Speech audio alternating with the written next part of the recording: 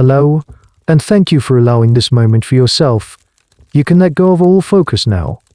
Just allow your attention to soften, as my voice gently carries you to a place of rest, a place where we find the story of a family that tried so very hard to look perfect, a family carved in the whitest marble for all the world to see, a dynasty that began with a man who understood the power of a good story. Before we drift too far, if you feel a connection to this place, you're welcome to leave a quiet like or subscribe. Think of it not as a task, but as leaving a soft footprint on the cool marble floor of a Roman villa before you continue your journey inward. If you wish, you can even leave a quiet comment, letting me know what city you're listening from and what time it is for you. It's a nice way to feel connected in this quiet, shared space. And so, find that gentle darkness in your room, perhaps with a soft blanket pulled a little closer, as we begin our slow drift into tonight's tale. The air is warm and thick with the scent of dust, baking bread, and 1,000 years of history. You are standing in the heart of Rome, but it's a Rome being reborn. The civil wars are over. The blood has been washed from the cobblestones, but a new man is in charge. His name is Augustus, and he is, for all intents and purposes, the first emperor. But he never calls himself that. It's too harsh, too kingly. Instead, he calls himself the first citizen. It's a softer touch, a brilliant piece of marketing from a man who is essentially a political genius and a master brand manager. He understands that to rule the world, you first have to control the story, and the story he wants to tell is one of peace, tradition, and above all, family. You walk through the newly renovated forum. All around you, gleaming white marble buildings rise up, their fresh chisel marks still visible. Statues are everywhere. They depict gods, heroes, and of course, the emperor's own family. There's Augustus himself, looking strong and serene. There's his wife, Livia, the very picture of a dignified Roman matron. There are his stepsons, his nephews, his grandchildren. They all look impossibly pale from a glossy magazine, frozen in stone. This is the image Augustus is selling to the world, the ideal Roman family, the model for everyone in the empire to follow. To back this up, he passes a series of strict new laws. These are all about moral reform. He wants people to get married, to stay married, and to have lots of children to replenish Rome's upper classes. Adultery is made a public crime. Extravagant dinner parties are frowned upon. It's a city-wide campaign to bring back old-fashioned family values. This is the central pillar of his reign. A stable empire begins with a stable family. Stable family, starting with his own, will be the shining example for all. And yet, behind this curtain of public perfection, the man himself is a bundle of strange habits and private anxieties. This grand architect of a new Roman age is secretly terrified of thunderstorms, so much so that he carries a seal skin with him at all times, believing it to be a charm against lightning strikes. It's one of those wonderfully human, odd little details. Another is his peculiar morning routine. A little-known fact from his biographer Suetonius is that Augustus was very particular about his shoes. He believed it was a terrible omen to put his left shoe on before his right one. Imagine that, the man who commanded legions and redrew the map of the known world, having a brief moment of panic if his servant handed him the wrong shoe first. This contrast between the public image and the private man is where the story truly begins. Historians still argue about whether he truly believed in his own moral crusade, this grand restoration of Roman virtue, or if he was just the most brilliant marketing director the world had ever seen, using family as a tool to cement his own power. Was he a sincere reformer or a cynical politician? The truth, as always, is probably somewhere in the middle. He has built a perfect family out of marble for the world to admire. He has written the laws, set the example, and crafted the narrative. But marble can crack, and the greatest threat to his carefully constructed brand isn't an invading army or a political rival. It's the inconvenient, messy reality of the very people living inside his own home. The first hairline fracture in this perfect marble facade is about to appear, and it will come from the one person he should have been able to control best, his own only daughter. The perfect marble facade is about to get its first hairline crack. And you see her now, the source of this first tremor, walking through the gardens of the Palatine Hill. She is Julia, the emperor's only child. And in the early days, she is everything Augustus could have hoped for. She's beautiful, whip-smart, and beloved by the people of Rome. They call her the jewel of the family, the public face of this new generation of virtuous nobility. You watch her as she moves, always surrounded by a retinue of friends and admirers. Her father has personally overseen her education. She can quote the great philosophy, and she has a wit that is famously sharp, maybe a little too sharp for her own good. And in a detail that feels both quaint and a little bit like a publicity stunt, Augustus has insisted that she and his granddaughters learn the traditional art of spinning wool. You can just imagine it, the ruler of the known world checking in on his daughter to make sure her weaving is up to scratch. It's all part of the brand, the image of a simple, traditional family, even when they live in a palace. But Julia is not a statue. She is a woman of flesh and blood with desires and a will of her own. And she is, above all, a political chess piece. Her father marries her off 3 times, each marriage a strategic move to secure the future of the dynasty. First, to his nephew Marcellus. When he dies young, she is married to Augustus's loyal right-hand man, Agrippa, a man more than twice her age. With him, she has 5 children, providing the heirs the dynasty so desperately needs. She is forced into a 3rd marriage, this time to her stepbrother, Tiberius. It is a loveless, miserable match for both of them, another sacrifice for the good of the state. And perhaps it's here in this suffocating cage of duty and expectation, that the cracks truly begin to form. The pressure of being the perfect daughter, the perfect mother, becomes too much. The whispers start quietly at first, a hushed rumor in a bathish, a bit of gossip shared over a cup of wine. They say Julia is living a second life. A life that begins when the sun goes down. You can almost picture the scene. The official duties are done, the children are asleep, and the heavy mask of imperial dignity is set aside. In the moonlit gardens and private villas of Rome, a different Julia emerges. There is laughter that echoes a little too loudly, wine that flows a little too freely. She surrounds herself with a circle of poets, artists, and aristocrats who, like her, feel stifled by her father's rigid moral laws. They hold parties that last until dawn, filled with clever conversation and, according to the rumors, much more.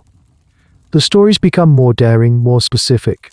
They talk of late-night escapades in the Roman Forum itself, of Julia and her friends defiling the very heart of her father's city. For a long time, Augustus seems to be the last person in Rome to know, or perhaps he simply chose not to see.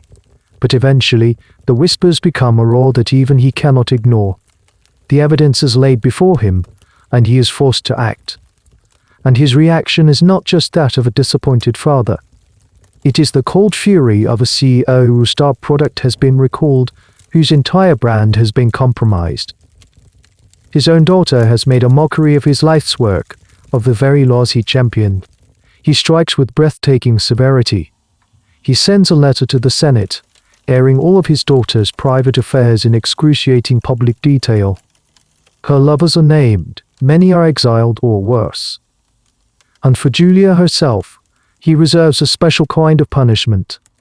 He banishes her to Pandateria, a tiny, barren island in the Tyrrhenian Sea, barely a square mile of volcanic rock. She is forbidden from drinking wine and from having any male visitors without his express permission, and even then, he insists on being given a full physical description of the man. He never sees her again. He refers to her as his disease, and when the people of Rome petition for her return, he angrily declares that he wishes they too were cursed with such a daughter. But here's where the story gets more complicated, and it's a point that historians still fiercely debate. Was her crime really just adultery, or was that a convenient cover story? One of her alleged lovers was Aulus Antonius, the son of Augustus's old enemy, Mark Antony. Some scholars argue that Julia's secret gatherings were not just parties, they were political salons, where a faction of nobles unhappy with Augustus's rule were beginning to form a conspiracy. In this version of the story, Julia's exile wasn't a moral punishment, but a cold political move to neutralize a threat to the throne. We will likely never know for sure. What we do know is that the first and deepest crack has appeared in the perfect marble family. The illusion of effortless virtue is shattered. And as Julia lives out her lonely days on a windswept rock, a power vacuum is slowly forming back in Rome. Her sons, Augustus's chosen heirs, die one by one under tragic circumstances. And the man left standing, the man who was once Julia's miserable third husband, is her gloomy stepbrother. A man who never wanted to be in the spotlight, who now finds himself, reluctantly, inching ever closer to it. With the direct heirs gone and Julia a disgraced memory on a desolate island, you can feel a shift in the atmosphere of the Imperial palace. The mood becomes heavier, more somber. And at the center of this new gravity is the man you saw briefly before Tiberius. He is Augustus's stepson, the son of his wife Livia from her first marriage. And if Augustus is a master of public relations, Tiberius is his exact opposite. You see him now, a tall, imposing figure, but one who seems to carry a perpetual cloud of gloom around his head. He walks with a slight stoop, and he rarely makes eye contact. The historians of the time paint a picture of a man who is suspicious, resentful, and utterly devoid of charm. He is a brilliant general, one of Rome's best. On the battlefield, leading legions in the cold, misty forests of Germany, he is in his element, decisive, disciplined, respected. Amidst the backslapping politics of the Senate and the forced smiles of court life, he is awkward and out of place. He hates flattery, which in Rome is like hating air. Augustus never wanted him. That much is clear.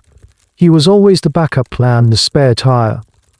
Augustus had groomed his grandsons, Gaius and Lucius, the children of Julia and Agrippa, to succeed him. They were the golden boys, paraded before the public, given honors and titles from a young age. Tiberius, meanwhile, was often sent away on difficult military campaigns or pushed into the background.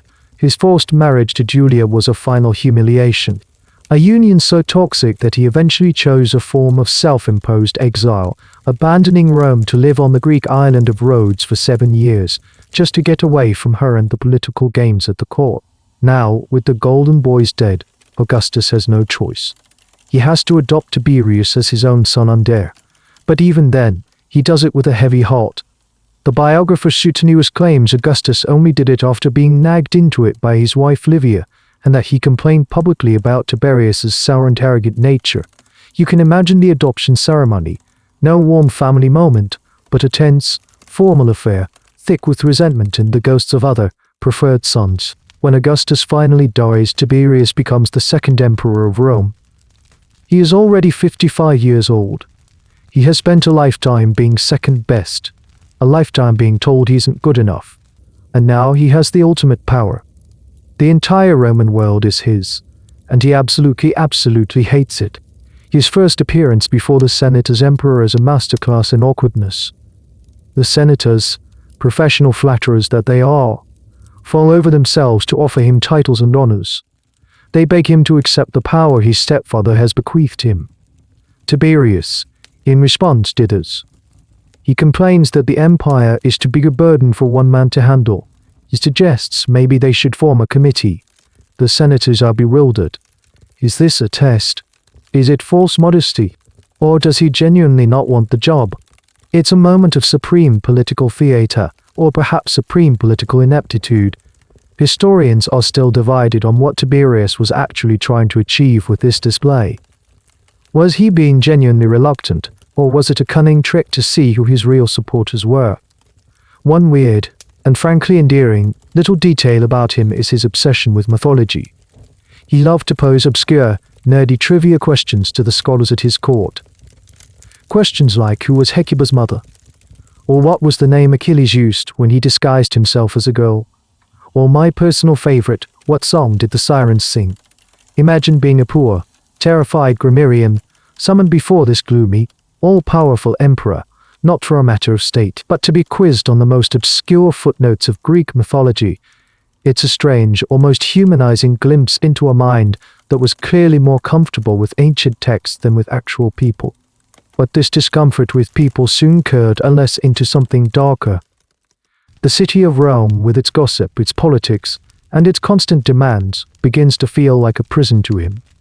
He sees conspiracies everywhere. He trusts no one.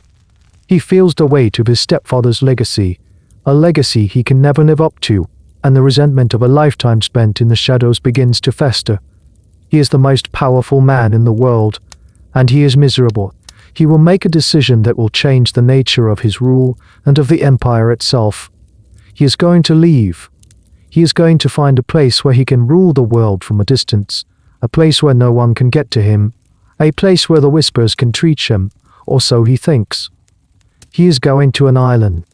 The city of Rome is a pressure cooker, and Tiberius has decided he has had enough. He's tired of the senators, tired of the public appearances, tired of the endless scrutiny. So he packs his bags. In the year 26 AD, he announces that he is leaving Rome for a while. He says it's for his health. No one really believes him. This isn't a vacation. It's a strategic retreat. You follow his procession as it wends its way south along the Italian coast. He doesn't go far at first. He lingers in Campania, the wealthy region around the Bay of Naples. But his final destination is a place you can see shimmering in the distance, a jagged silhouette rising out of the turquoise sea. It is the island of Capri. Capri, even then, was a place of stunning beauty. A limestone mountain plunging into the sea, dotted with lush vegetation and dramatic cliffs. For Augustus, it had been a place of leisure, a sort of imperial holiday resort. But for Tiberius, it is something else entirely. It is a fortress. It is a sanctuary. As your boat approaches the island, you realize just how perfect a hideout it is. There are very few natural landing spots. The cliffs are sheer, hundreds of feet high, making a surprise attack almost impossible. From the highest point on the island, you can see for miles in every direction, monitoring all the ship traffic in the Bay of Naples. It's a paradise designed for a paranoid. Tiberius doesn't just build one villa here, he builds 12. Each one is named after one of the Olympian gods. The grandest of them all, the one he makes his primary residence, is the village Ovis, the villa of Jupiter. You can picture it being built, clinging to the northeastern cliff edge, 1,000 feet above the water. It's a sprawling complex of royal apartments, private baths, and servant quarters, all connected by a labyrinth of corridors and terraces. It's less of a home and more of a self-contained command center. From here, Tiberius will rule the entire Roman Empire. It is a truly bizarre way to govern. Imagine the leader of the world's only superpower deciding to run everything from a remote island, communicating only by messenger. A special signaling station is built on the cliffs, using a system of mirrors and smoke signals to flash messages to the mainland, where a dedicated fleet of ships is waiting to relay imperial decrees back to Rome. It's a sort of ancient, low-tech version of email, and it is shockingly efficient. The empire for a time runs surprisingly smoothly. The legions get their orders, the governors get their instructions, and the taxes get collected, all orchestrated by a gloomy old man staring out at the sea from his cliff-top palace. One of the strangest things about his life on Capri is his near-total isolation from anyone he didn't explicitly summon.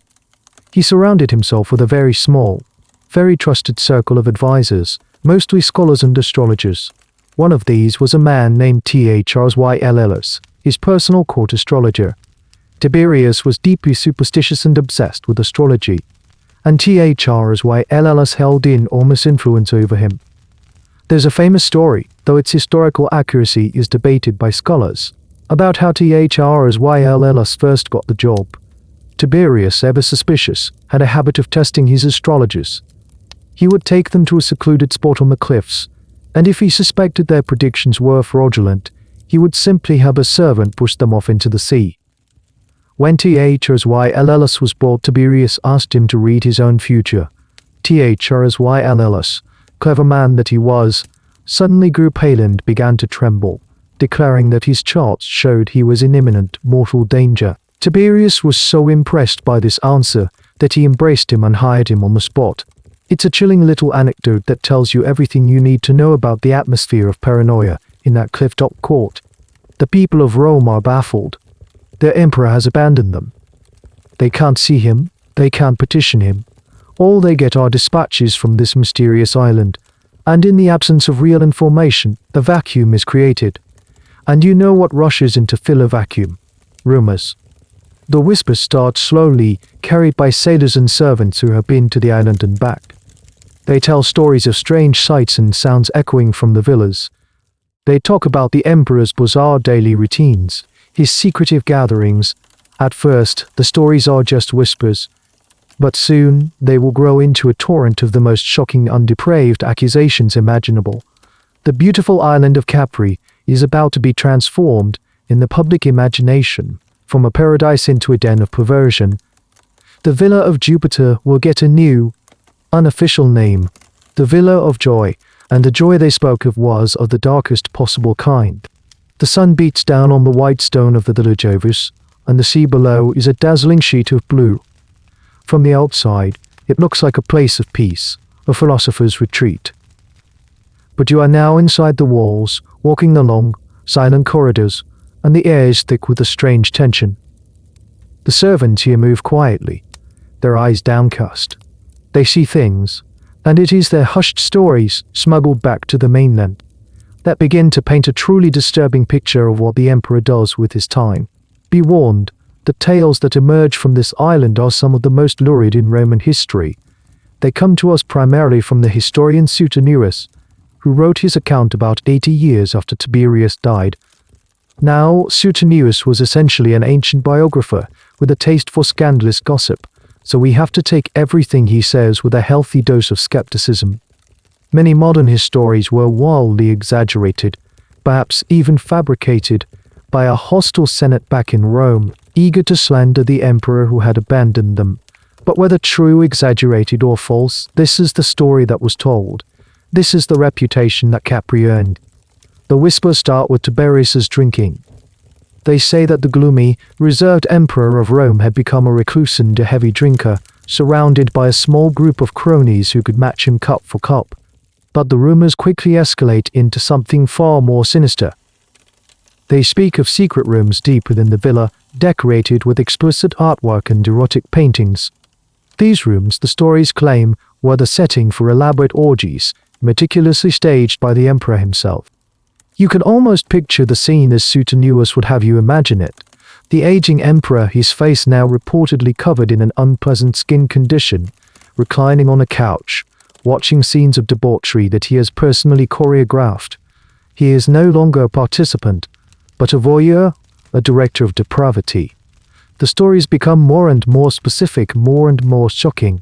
They claim he established a special office, a sort of imperial department of pleasure, tasked with scouring the empire for new and inventive ways to satisfy his jaded appetites. And then the rumors take their darkest turn. Suetonius alleges that Tiberius's preferences grew ever younger.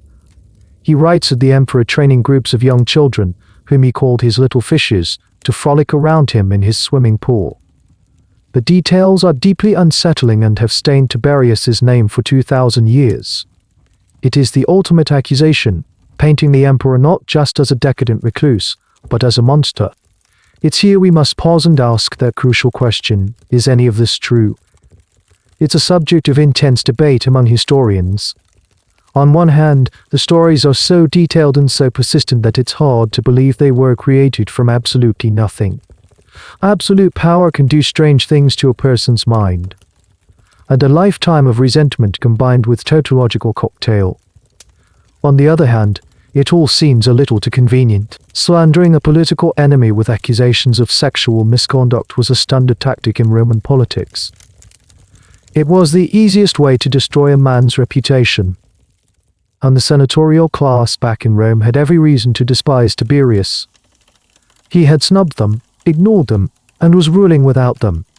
What better way to get revenge than by painting him as a depraved fiend, turning the people against him? One of the more bizarre, and possibly more believable tidbits to come out of Capri concerns not sex, but fish. There's a story of a local fisherman who, wanting to present the emperor with an impressive gift, managed to scale the treacherous cliffs to surprise Tiberius with a particularly large mullet while he was out for a walk. Tiberius, who was already paranoid about security and hated being startled, was not pleased. He ordered his guards to scrub the poor fisherman's face with the fish. The fisherman, in agony, is said to have cried out that he was glad he hadn't brought the even larger crab he had also caught.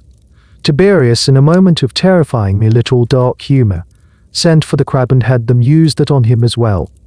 It's a strange, cruel little story, but it has a ring of authenticity that the more elaborate tales of orgies perhaps lack. It speaks to a mind that had become twisted by isolation and absolute power, where a minor breach of protocol could be met with grotesque and inventive punishment.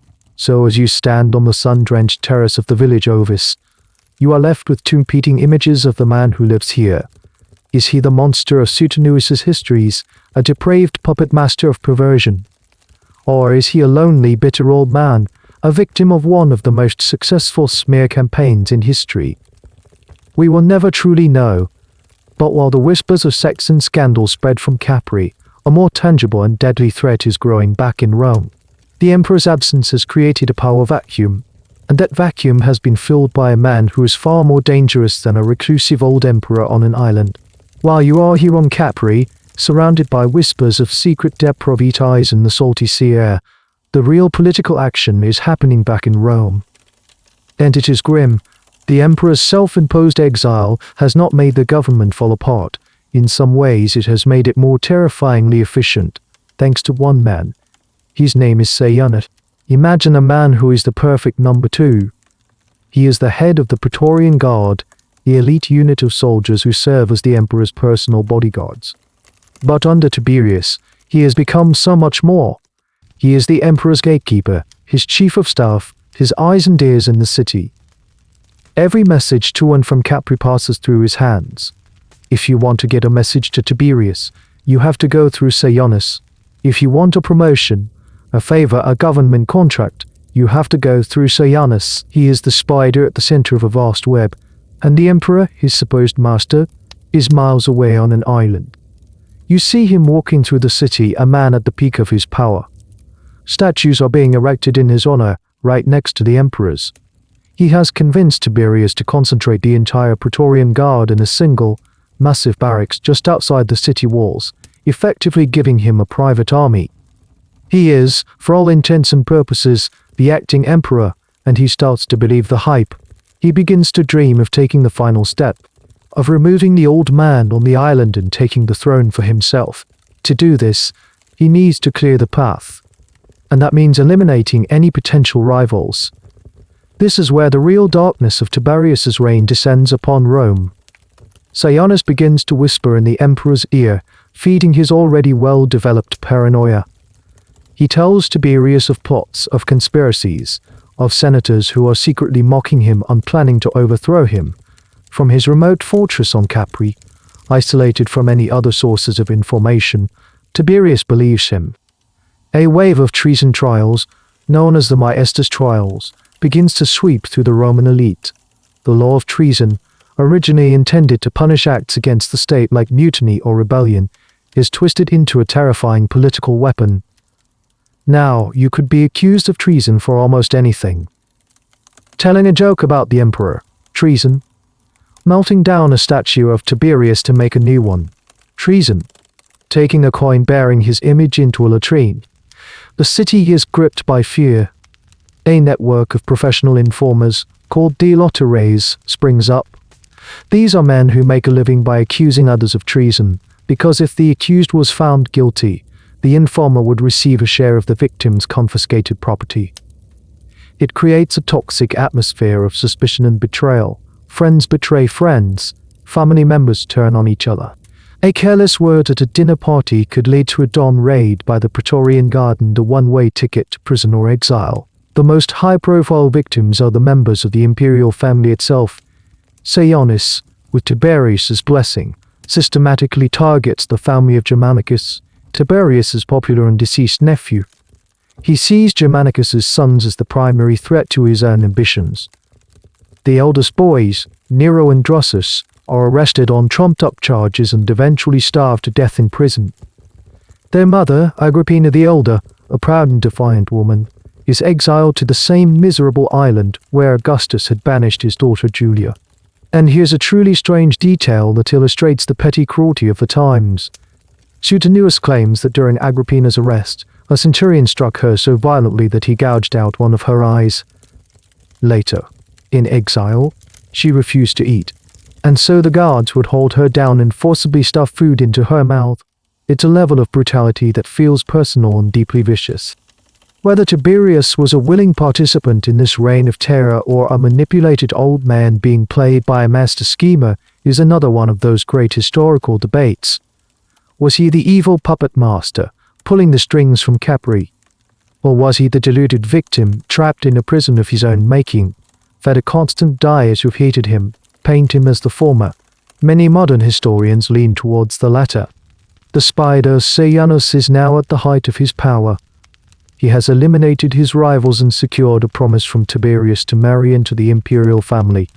He feels untouchable, but he makes one fatal mistake. He gets too greedy, too impatient. He begins to plot against the very man who gave him his power.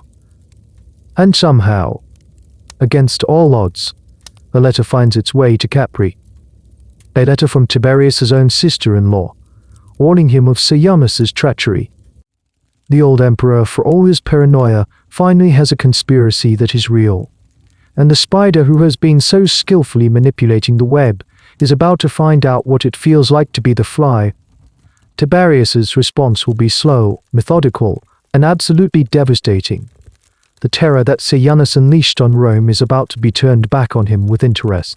The takedown of Sejanus is a masterstroke of political cunning, worthy of a spy thriller. Tiberius, the old paranoid emperor you see on Capri, cannot act openly. Sejanus controls the Praetorian Guard. A direct confrontation would be suicide. So he plays a game of deception. He begins to send a confusing series of mixed messages to Rome. In one letter to the Senate, he praises Sejanus to the heavens.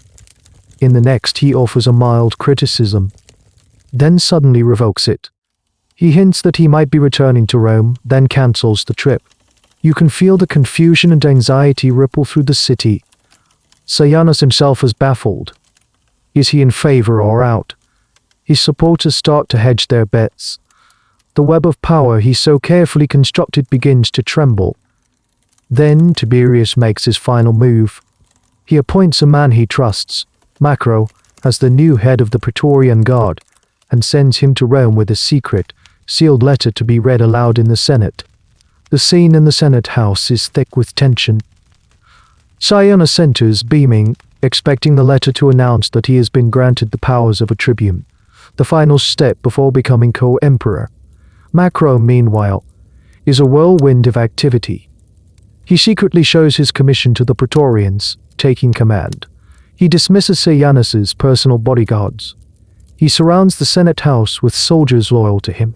Inside, the letter begins. It is long and rambling, a typical Tiberian document. It talks about grain prices, military matters. The senators grow restless. And then, finally, after pages of meandering prose, the last two sentences hit like a thunderbolt. They contain a short, sharp denunciation of Sejanus under direct order for his arrest. Chaos erupts. The senators who, moments before, were slapping Sejanus on the back, now scream abuse at him. He is dragged away to prison, and that very same day he is executed. His body is thrown onto the public steps where the mob, which had once cheered for him, tears it to pieces. A brutal purge of his family and followers begins. Rome is convulsed by another wave of terror, this time orchestrated directly by the emperor. From his island fortress, Tiberius finally succumbs to the paranoia that has been building for decades. He becomes a prisoner of his own fear, reportedly so terrified of assassination that he would have soldiers with swords and whips search everyone who came into his presence, even his dinner guests. And then, after 23 long years of sour, resentful rule, he dies. The exact circumstances are murky. Some say he died of natural causes. The historian Tacitus, however, tells a more dramatic story. He claims the old emperor fell into a coma and was presumed dead. As the court began to celebrate the accession of the new heir, Tiberius suddenly woke up.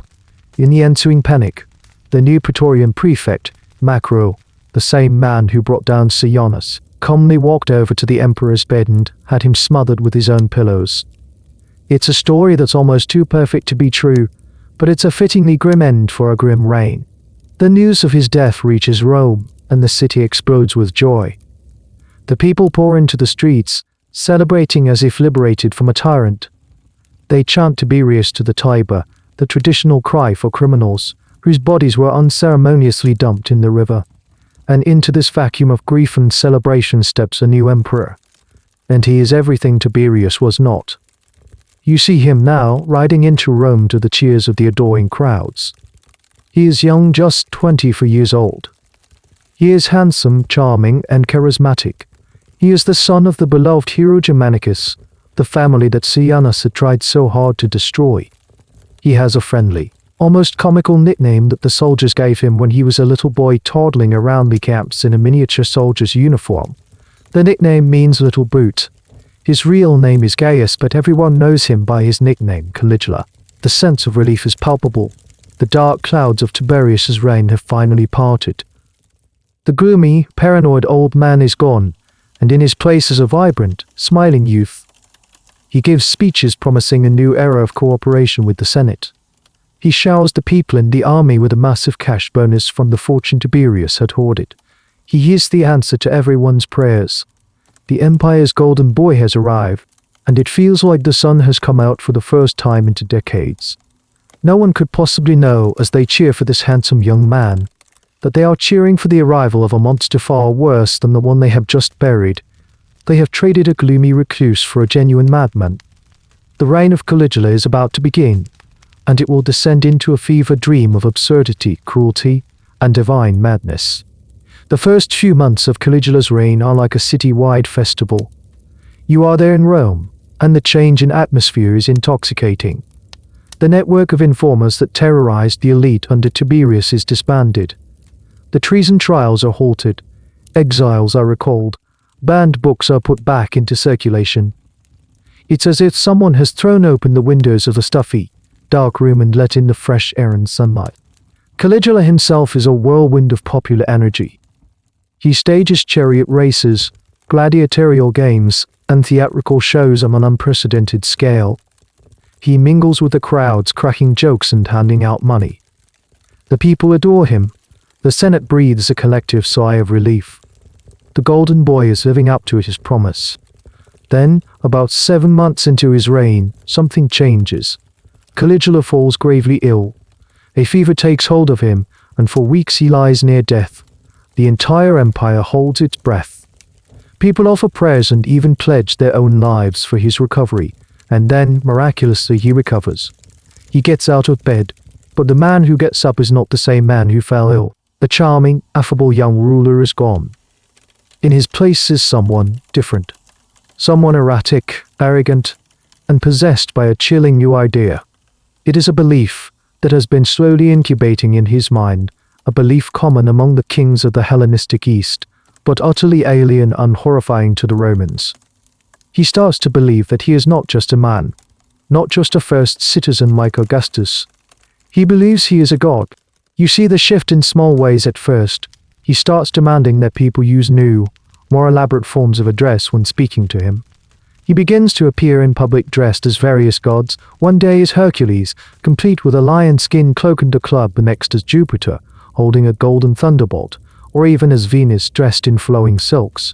For the traditional Roman senators, this is not just eccentric, it is blasphemous and deeply offensive, and a deeply sacrilegious one at that. His divine ambitions grow grander. He orders the heads of famous statues of gods throughout the empire to be removed and replaced with replicas of his own head. He builds a bridge connecting his palace on the Palatine Hill directly to the Temple of Jupiter on the Capitoline Hill, so that he can, as he put it, go for a walk with his brother Jupiter. It's an act of staggering architectural arrogance. He demands that people prostrate themselves before him, a gesture of submission reserved for gods and Eastern kings, which the proud Roman nobility finds utterly humiliating. He begins to have casual conversations with a statue of Jupiter in the temple, sometimes whispering, sometimes arguing with it. He even claims that the moon goddess herself comes down from the heavens each night to be his lover. Now historians have spent centuries trying to figure out what happened. What caused this dramatic change? The traditional explanation, favored by the ancient sources, is that the illness simply broke his mind, that he literally went mad. This is the Mad King theory, and it's a compelling one. But many modern historians are more skeptical. They argue that Caligula wasn't necessarily insane, but was making a radical, and perhaps even calculated, political statement. Hypocritical model of Augustus, who pretended to be a mere citizen while holding absolute power. Caligula, in this view, was being brutally honest. He was an absolute ruler, so why not act like one? Why not adopt the trappings of divine monarchy that were common in Egypt and Persia? He was perhaps trying to transform the Roman prince apate into a different, more openly despotic kind of monarchy. Or maybe he was just a cruel young man with a twisted sense of humor, who realized he had absolute power and decided to see how far he could push the boundaries of taste, tradition, and sanity just for the fun of it. The debate, madman, political revolutionary, or cosmic prankster, continues to this day. One of the most famous stories of his supposed madness is the tale of his horse Incititus. The story goes that Caligula loved this horse so much that he gave it a marble stall, a jeweled collar, and a house with its own servants. He would invite the horse to dinner, serving it oats mixed with gold flakes. And, in the ultimate act of contempt for the political establishment, he announced his intention to make the horse a consul, one of the two highest political offices in Rome. This story is often used as the prime exhibit of his insanity. But again, some historians wonder if there wasn't a savage logic to it. Was he really insane? Or was he making a bitter joke, suggesting that his horse could do the job of a senator just as well as any of the fawning, useless men who currently held the title? It's a gesture that can be read as either madness or a deeply cynical form of political commentary. Whatever the reason, the sunny optimism of his early reign has curdled into a fever dream. The emperor is now a self-proclaimed god who talks to statues. And this divine ego will soon spill over into his personal life, leading to behavior that will shock even the jaded Roman aristocracy and give rise to the darkest rumors of all, whispers of a love that is not just forbidden, but a violation of the most ancient taboos. As Caligula's divine fantasy intensifies, the boundaries that govern normal human behavior begin to dissolve for him. If you are a living god, the rules of mortal men, their traditions and their taboos, simply do not apply. And the most sacred of these rules, the one that forms the bedrock of family and society, is the one he seems most determined to break. This is the taboo against incest. You see them now, often together at his side, his three sisters, Agrippina the Younger, Drusilla, and Julia Livilla. They are beautiful, ambitious, and the closest thing he has to peers. They grew up together, survived the purges of Tiberius together, and now they share in his unbelievable ascent to power. At first, he simply honors them in unprecedented ways. He gives them the rights of Vestal virgins, includes their names in the official oaths of loyalty sworn by the Senate, and puts their images on the back of coins, pictured as goddesses of security and good fortune. This is already a radical departure from tradition, where imperial women were expected to remain modestly in the background. But soon, the whispers begin. At the lavish alcohol-fueled banquets he hosts in the palace, guests report seeing things that leave them deeply unsettled. They say the emperor does not recline at the head of the table in the traditional Roman way. Instead, he lies in the center, with one of his sisters on his left and one on his right, treating them not as family members, but as if they were his wives. The Roman historian Suetonius claims, in his typically scandalous fashion, that Caligula had intimate relations with all three of them. His favorite, by all accounts, was Drusilla. He seemed to be genuinely and deeply attached to her, in a way that went far beyond normal brotherly affection. He treated her as his official consort. He took her away from her own husband and lived with her openly, as if she were his wife. For the Romans, this was a shocking spectacle. It wasn't just immoral, it was a deliberate imitation of the customs of the Ptolemaic rulers of Egypt, like Cleopatra, who famously married their own siblings to keep the royal bloodline pure. He wasn't just breaking a taboo, he was importing a foreign, despotic one. It was another way of screaming to the world that he was not a Roman first citizen, but a god king in the Eastern style. Then tragedy strikes. Drusilla falls ill and dies suddenly. Caligula's reaction is not one of normal grief. It is a terrifying, theatrical explosion of divine sorrow. He declares a period of public mourning so strict that it becomes a crime to laugh, to bathe, or even to have dinner with your own family. He is said to have wandered through the palace at night, wailing and crying out her name. And then he does the unthinkable. He has the Senate officially declare Drusilla a goddess. She is to be worshipped with her own temples and her own priests. He has deified his dead sister and alleged lover. It's a moment that crystallizes the strangeness of his reign. The lines between man and God, between family and spouse, between sacred and profane, have been completely erased in his mind. And again historians are left to argue, was this the act of a heartbroken man driven mad by grief? Was it a calculated political act, an attempt to create a divine dynasty where his own family members were the new gods and goddesses of the Roman state? Or was it a combination of both? A genuinely felt, but pathologically expressed, sense of loss, filtered through a messianic ego? It's impossible to be certain. One small but fascinating detail is that after Drusilla's death, whenever he made a particularly solemn oath, he would swear not by Jupiter or the traditional gods, but by the divine godhead of Drusilla. It's a strange, almost touching, and deeply creepy testament to his obsession. With Drusilla gone, his relationships with his other two sisters, Agrippina and Livilla, begin to sour. His affection, it seems, was not enough to satisfy their own ambition. He eventually accuses them of being involved in a plottery with his own brother-in-law. It's a familiar pattern, the loving family turning on itself. In a final act of humiliation, he banishes them to the very same barren islands where their mother had suffered and died under Tiberius. He even forces them to carry the ashes of their executed alleged lovers with them on the journey. The family that had once appeared so united on the back of his coins is now broken, scattered by the same paranoia and cruelty that defined the previous reign. Caligula's destruction of his own family is a symptom of a larger sickness. His belief that he is above all laws and all people is curdling into a form of cruel contempt. He has violated the sanctity of his own family. Next, he will turn his attention to the families of others, using sex not for pleasure or even for love, but as a political weapon of ultimate humiliation.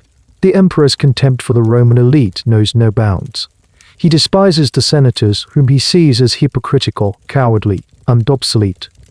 He delights in finding new and inventive ways to humiliate them, to remind them of their utter powerlessness before his divine will. And his weapon of choice is often sex, wielded with a casual cruelty that is designed to inflict the maximum possible shame. You are at one of his infamous palace banquets. The scene is one of decadent splendor. Exotic foods are served on golden plates, and rare wines flow from silver cups. But there is a nervous energy in the air. The guests, all members of Rome's most distinguished senatorial families, are not relaxed. They are watchful, anxious, because they know that at any moment, the emperor's bizarre and dangerous sense of humor might turn on them. Caligula, reclining on his couch, might be telling a joke one moment and executing a guest the next. He is said to have had a man flogged to death in the middle of a dinner party simply because he didn't like the way the man coughed. He would whisper to the consul sitting next to him, "As soon as I give the word, I can have that lovely throat of yours cut." He found their fear amusing, but his most refined form of torture was psychological and sexual. The historian Cassius Dio, writing over a century later, describes a particularly chilling routine. Caligula would stop the banquet, stand up, and begin to slowly and deliberately inspect the wives of his guests who were reclining with their husbands. He would walk along the couches, examining them like a man inspecting livestock at a market. He might lift a woman's chin, comment on her appearance, or force her to look up at him. He would select one, and have her and her husband summoned. He would then calmly leave the dining room with the woman. You can imagine the dead silence in the hall. The husband is left standing there, humiliated and powerless. The other guests stare at their plates, avoiding eye contact. A short time later, Caligula would return to the banquet, sometimes with the woman, and proceed to give a very public and detailed critique of her performance in bed, pointing out her flaws to her horrified husband and the other guests. This was not about lust. This was about power. It was a theatrical demonstration of his absolute authority. He was showing these proud noblemen that everything they held dear, their honor, their dignity, their wives, belonged to him. He could take whatever he wanted, whenever he wanted, whenever he wanted, and there was nothing they could do about it. His contempt for them reached its logical and most grotesque conclusion with the creation of a brothel inside the imperial palace itself.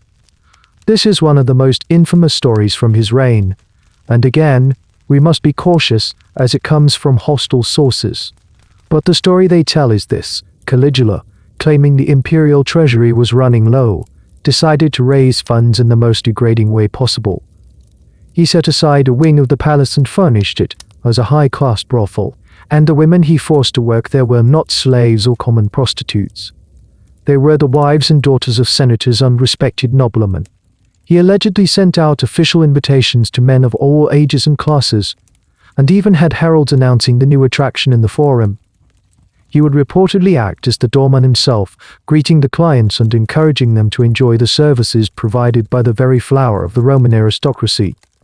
Whether this palace brothel was a real, functioning business or a single, elaborate stunt designed for maximum shock value is a point that historians still debate.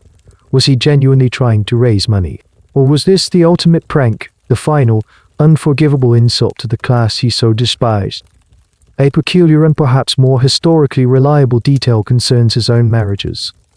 He married 4 times in his short reign, but treated his wives with a bizarre mixture of affection and cruelty. His last wife was a woman named Suetonius. He was said to be passionately in love with her, but he showed it in strange ways. He would often joke about having her tortured to find out why he loved her so much, and he loved to parade her naked in front of his friends. On the day their daughter was born, he reportedly took the infant to the temple of Jupiter, placed her on the knee of the god statue, and declared that the baby was Jupiter's child as much as his own, thus formally acknowledging her divine parentage. The cumulative effect of these acts, the public humiliations, the palace brothel, the erratic cruelty, is a slow-burning rage among the ruling class.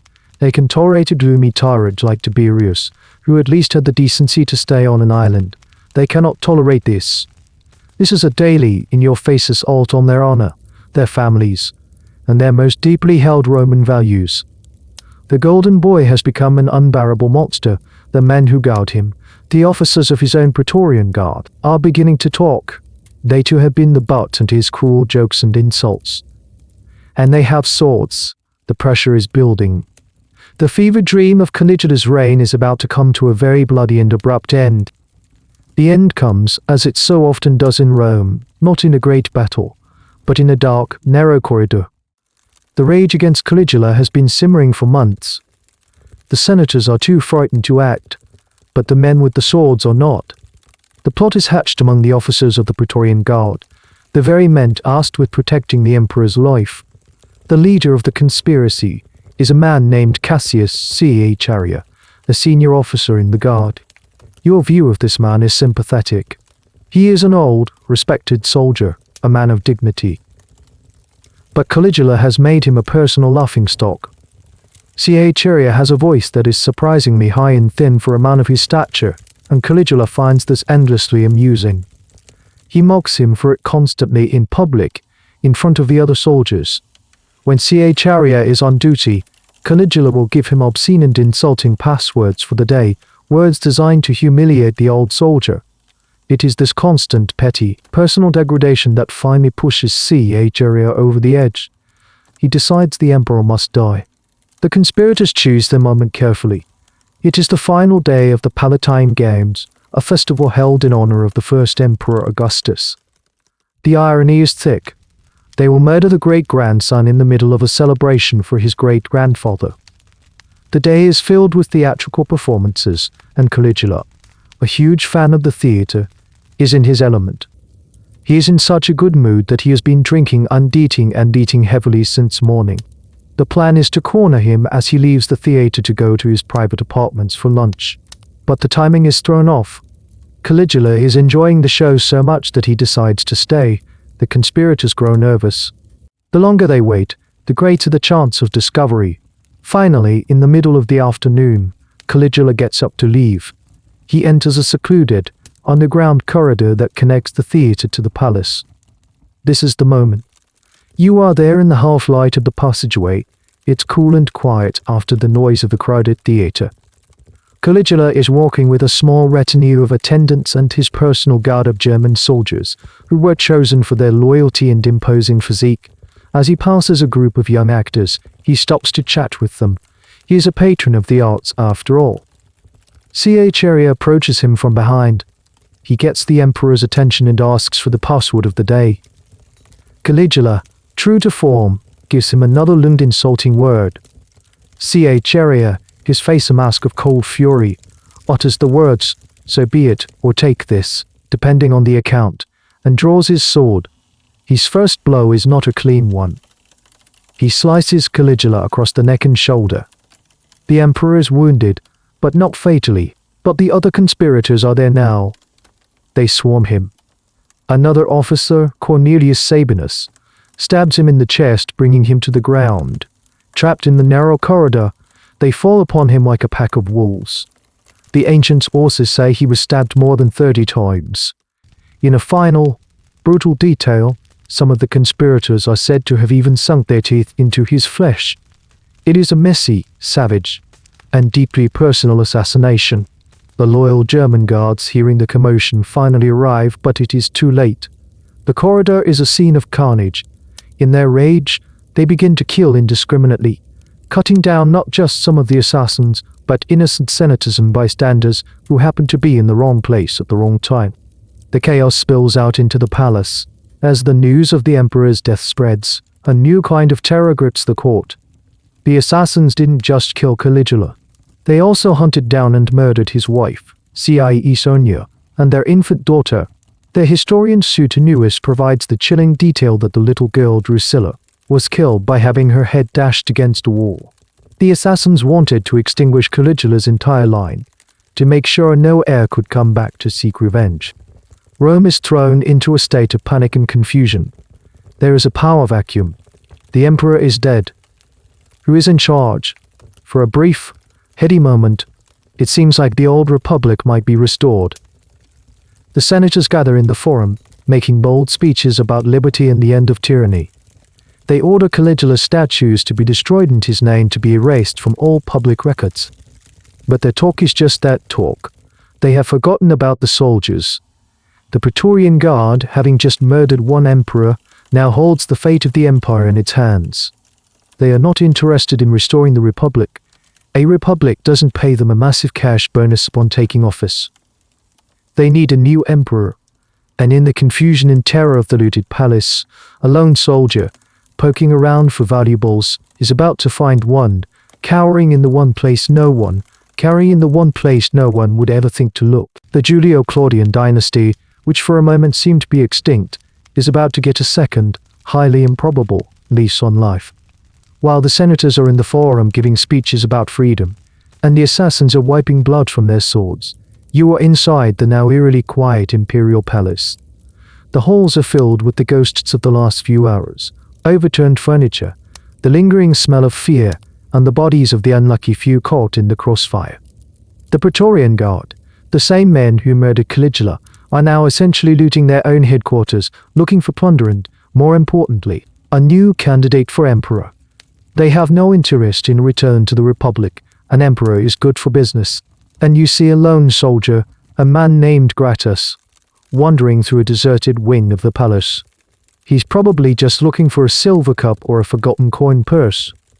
He walks into a lavishly decorated room, and his eye catches a slight movement in the corner. There's a large, heavy curtain hanging there, a tapestry depicting some long-forgotten myth. And behind the curtain, the soldier sees a pair of feet. You can imagine his thought process.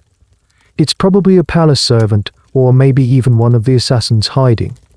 He pulls back the curtain. Then what he finds is one of the most pathetic and pivotal scenes in Roman history.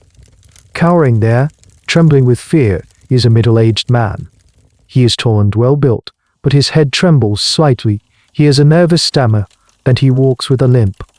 He is not a soldier or a senator. Claudius is Caligula's uncle. He is the brother of the great hero Germanicus, and the grandson of Augustus's wife, Livia. He is 50 years old, and he has spent his entire life being the family joke. From birth, he was afflicted with a series of physical ailments.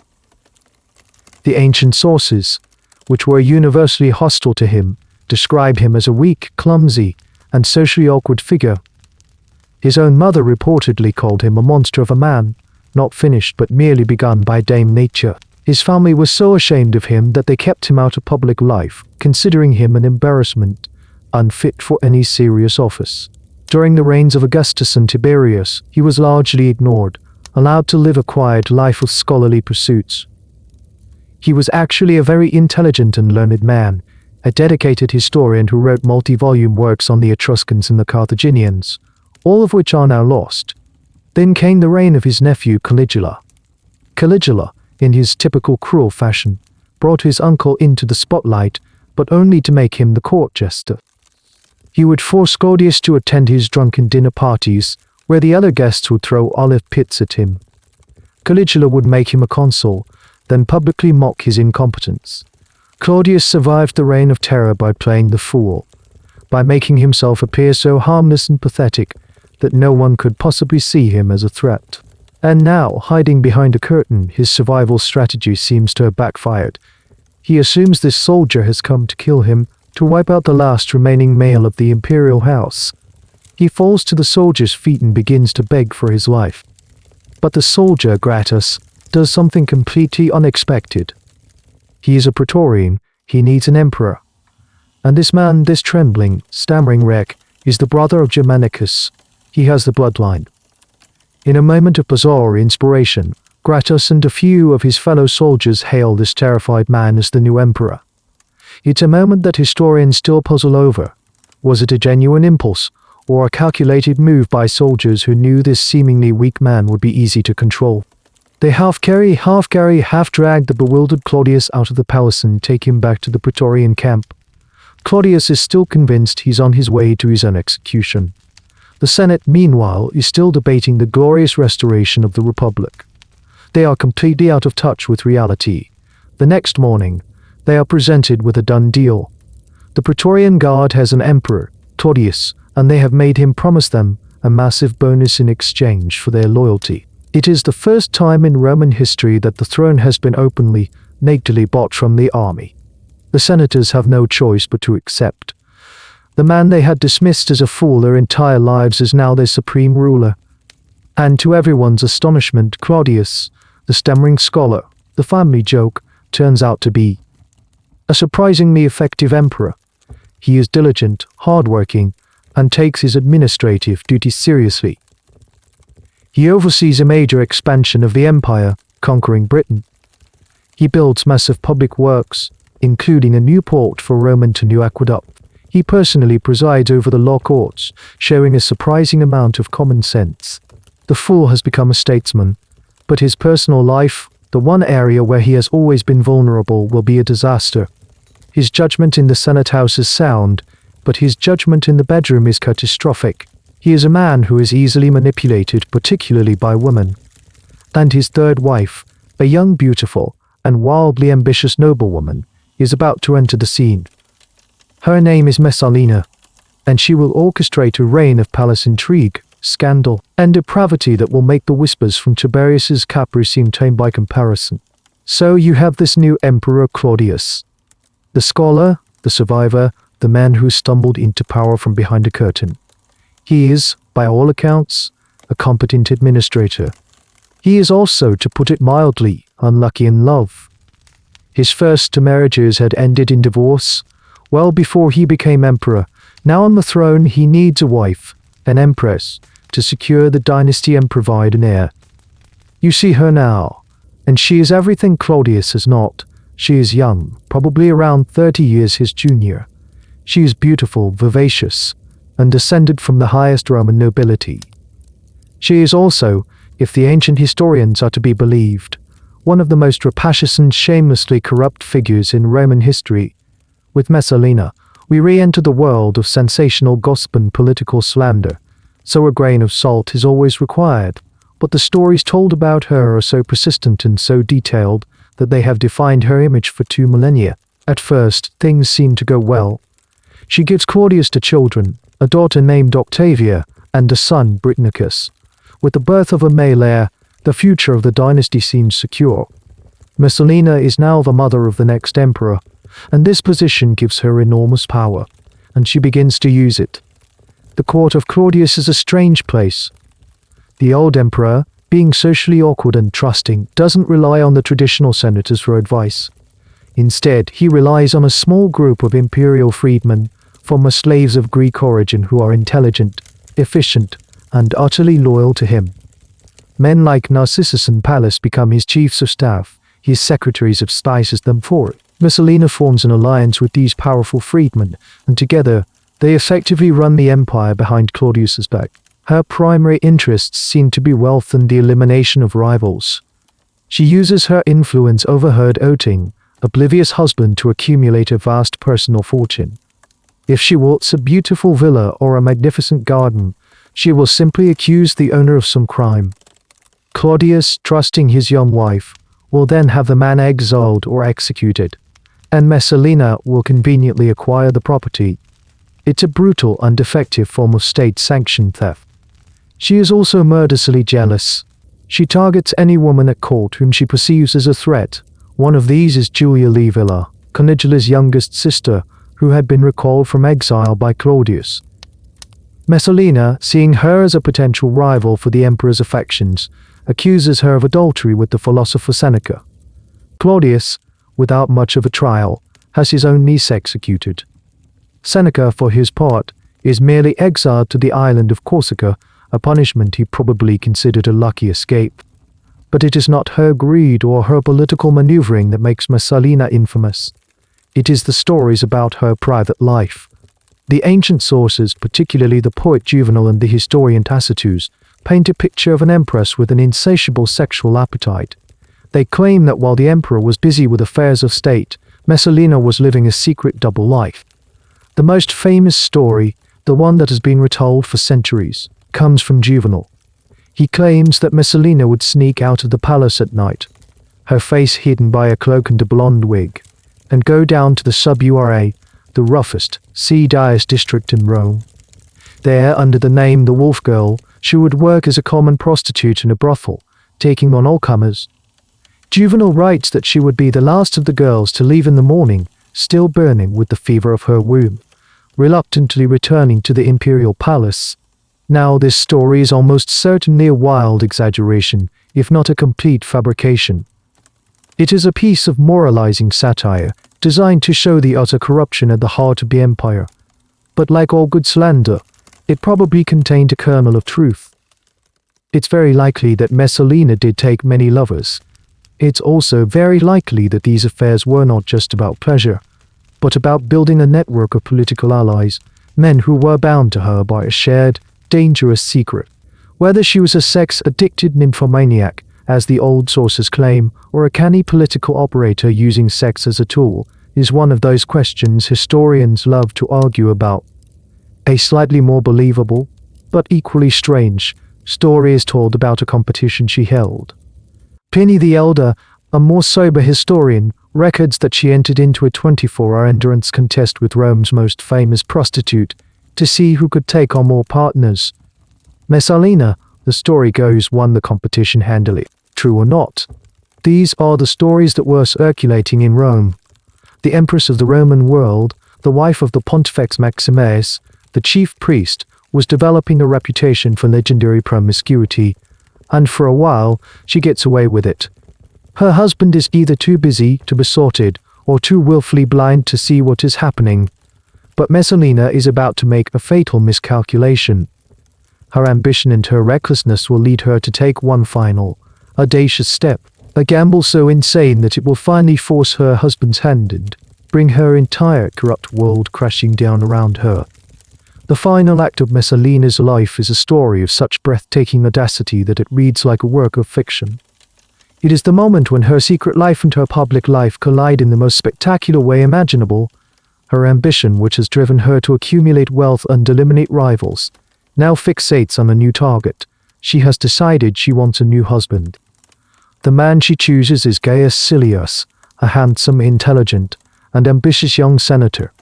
He is, by all accounts, the total package, and Messalina falls for him, or at least for the idea of him. She begins an affair with him, and this one is different from the others. It is not a discreet, late-night rendezvous. It is a public, open scandal.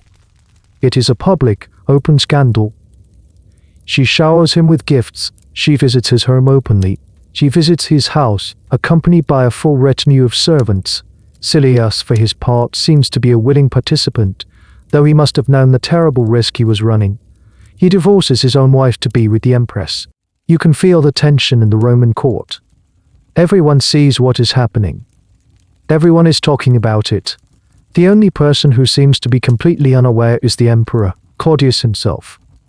He is busy planning a trip to Ostia, the port city of Rome, to inspect a new harbor he is building, and it is while he is away that Messalina makes her move. It is a move that has baffled historians for centuries. She decides that she is going to marry Gaius Silius, not in secret, not after divorcing Claudius, but publicly while she is still married to the emperor. You are there to witness the ceremony. It takes place at Silius's house in Rome. It is a full, traditional Roman wedding. Messalina arrives dressed as a bride. There are guests, witnesses, a dowry is signed. Sacrifices are made to the gods.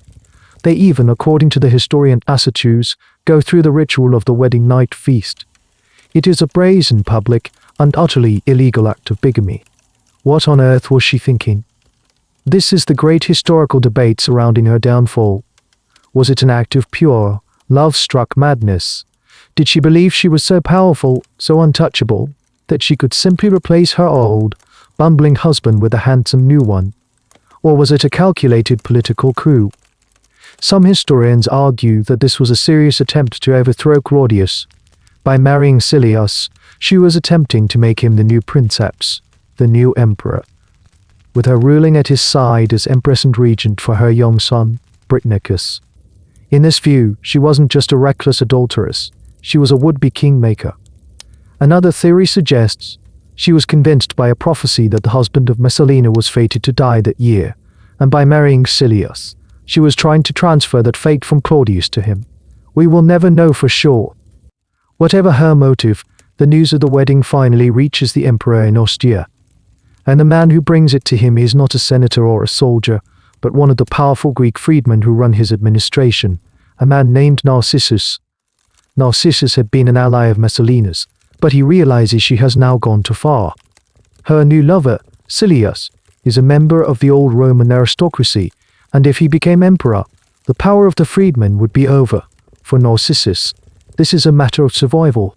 He bursts into Claudius's chambers and lays out the whole sordid story. Claudius, as usual, is slow to react. He is confused, indecisive. He keeps asking, "Am I still the emperor?" Narcissus has to practically shake him into action. He convinces Claudius that this is a full-blown coup d'état, that his life is in danger. He takes charge, issuing orders in the emperor's name. The scene back in Rome is one of drunken celebration. Messalina and Silius are hosting a wild party, a sort of harvest festival to celebrate their union. People are dressed as satyrs and maenads.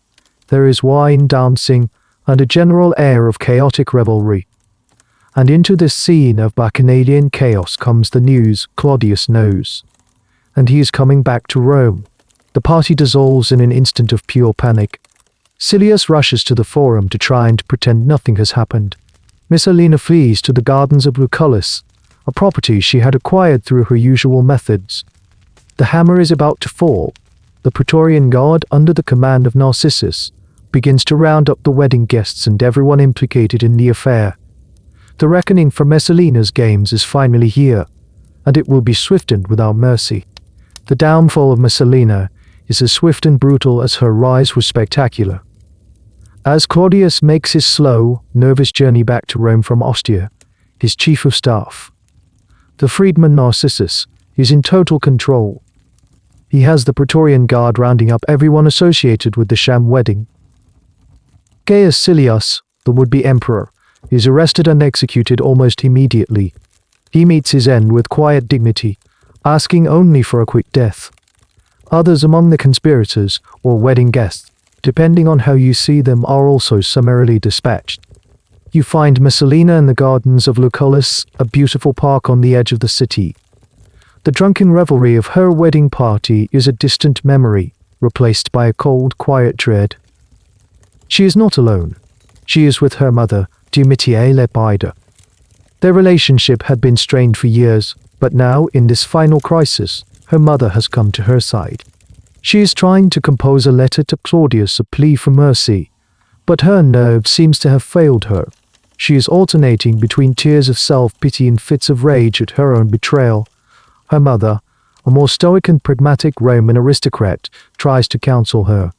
She tells her that her life is over, but all she has left is the chance to die with some dignity. She urges her to take her own life before the executioners arrive. Meanwhile, back in the palace, Claudius has returned. He is sitting down to dinner, and in a detail that speaks volumes about his strange, detached character, he seems to have calmed down considerably, especially after a few cups of wine. When he is told that Messalina is dead, he shows no emotion. He simply asks for another glass of wine and continues with his meal. The ancient sources are divided on whether this was a sign of his cold-heartedness or his utter emotional exhaustion and bewilderment. Narcissus, however, is taking no chances. He knows Claudius's notoriously soft-hearted and fears that if Messalina is allowed to see the emperor, she might be able to talk her way out of it. He worries that Claudius might grant her a trial, or even a pardon. So he takes matters into his own hands. Acting, he claims, on the emperor's authority, he sends a tribune and a handful of soldiers to the gardens of Lucullus with one simple order: kill Messalina. The soldiers arrive at the villa where Messalina is hiding. They burst through the doors and find her on the floor with her mother beside her. The tribune stands in silence while one of the other men, a freedman who is accompanying them, begins to shout crude insults at the fallen empress. Her mother hands her a dagger, urging her one last time to do the honorable thing. Messalina tries to put the blade to her own throat, then to her chest, but she can't do it. Her courage fails her. Seeing her hesitation, the tribune finally acts. He draws his sword and runs her through. And just like that, the empress, whose greed, cruelty, and appetites had terrified and scandalized Rome for the better part of a decade, is gone. In the aftermath, the Senate, ever eager to please whoever is in power, decrees an date o memoria against her. Her name is to be chiseled off all public monuments. Her statues are to be torn down. It is an official attempt to erase her from history. But of course it has the opposite effect. It only serves to make her story more infamous, more unforgettable. Claudius, now a 3-time widower, makes a public speech to the Praetorian Guard. He tells them that he has been incredibly unlucky in his marriages, and he makes them a promise: if he is ever so foolish as to marry again, he gives them permission to kill him on the spot. It is a promise he will not keep. The court of a middle-aged emperor cannot function without an empress. There is a power vacuum, and the 3 most powerful freedmen, Narcissus, Pallas, and Caligula, each begin to champion their own candidate for the emperor's 4th wife. The palace intrigue begins all over again, and the winning candidate is a woman who makes Messalina look like an amateur. She is a woman who has been waiting in the wings for years, a woman who had been exiled by one emperor and threatened by another. She is ambitious, ruthless, and politically brilliant. And most shockingly of all, she is Claudius's own niece. Her name is Agrippina the Younger, and she is about to play the final, deadliest hand in the game of Julio-Claudian power. With Messalina gone, the court of Claudius is a snake pit of ambition. The powerful freedmen are each pushing their own candidate for empress, knowing that whoever's choice Claudius makes will owe them a great debt. But one candidate has an advantage that the others cannot match. She has the bloodline, and she is not afraid to use every weapon in her arsenal, including seduction. You see her now, Agrippina the Younger. She is the daughter of the hero Germanicus, the sister of the mad Emperor Caligula, and now the niece of the current Emperor Claudius. She is no stranger to the brutal politics of the Imperial family. She survived the purges of Tiberius, was exiled by her own brother, and was merely a victim of Messalina's jealousy. She has learned the hard way that in this family, you either seize power or you become a victim. She begins to work her charms on her uncle. Claudius has always been susceptible to flattery, and it seems to his niece. Agrippina is beautiful, she is intelligent, and she has the supreme advantage of familiarity. As his niece, she is allowed a level of physical intimacy that would be scandalous for any other woman. The historian Tacitus describes how she uses her niece's kisses and caresses to slowly ensnare the aging emperor. There is, of course, one major obstacle. Marriage between an uncle and a niece was considered incestuous and was deeply taboo in Roman society. It was illegal. But for a woman as determined as Agrippina, the law is merely an inconvenience. She has powerful allies, including the freedman Pallas, who makes her case to Claudius. He argues that this marriage would be a brilliant political move, uniting the two main branches of the Julio-Claudian family. Agrippina's allies in the Senate are put to work. A carefully staged speech is given, arguing that while such a marriage is unusual, it is for the good of the state, and that the emperor, as the ultimate authority, is above the normal rules. The Senate, as compliant as ever, quickly passes a new law making it legal for an uncle to marry his brother's daughter. And so Claudius breaks his solemn promise to the Praetorians and marries for a fourth time. He marries his own niece. Agrippina's consolidation of power is swift and total. She is a political animal of a different caliber than Messalina. Where Messalina's power was based on impulsive greed and backroom scheming, Agrippina's is strategic and public. She is granted the honorific title of Augusta, a title not even Augustus's wife Livia held in his lifetime.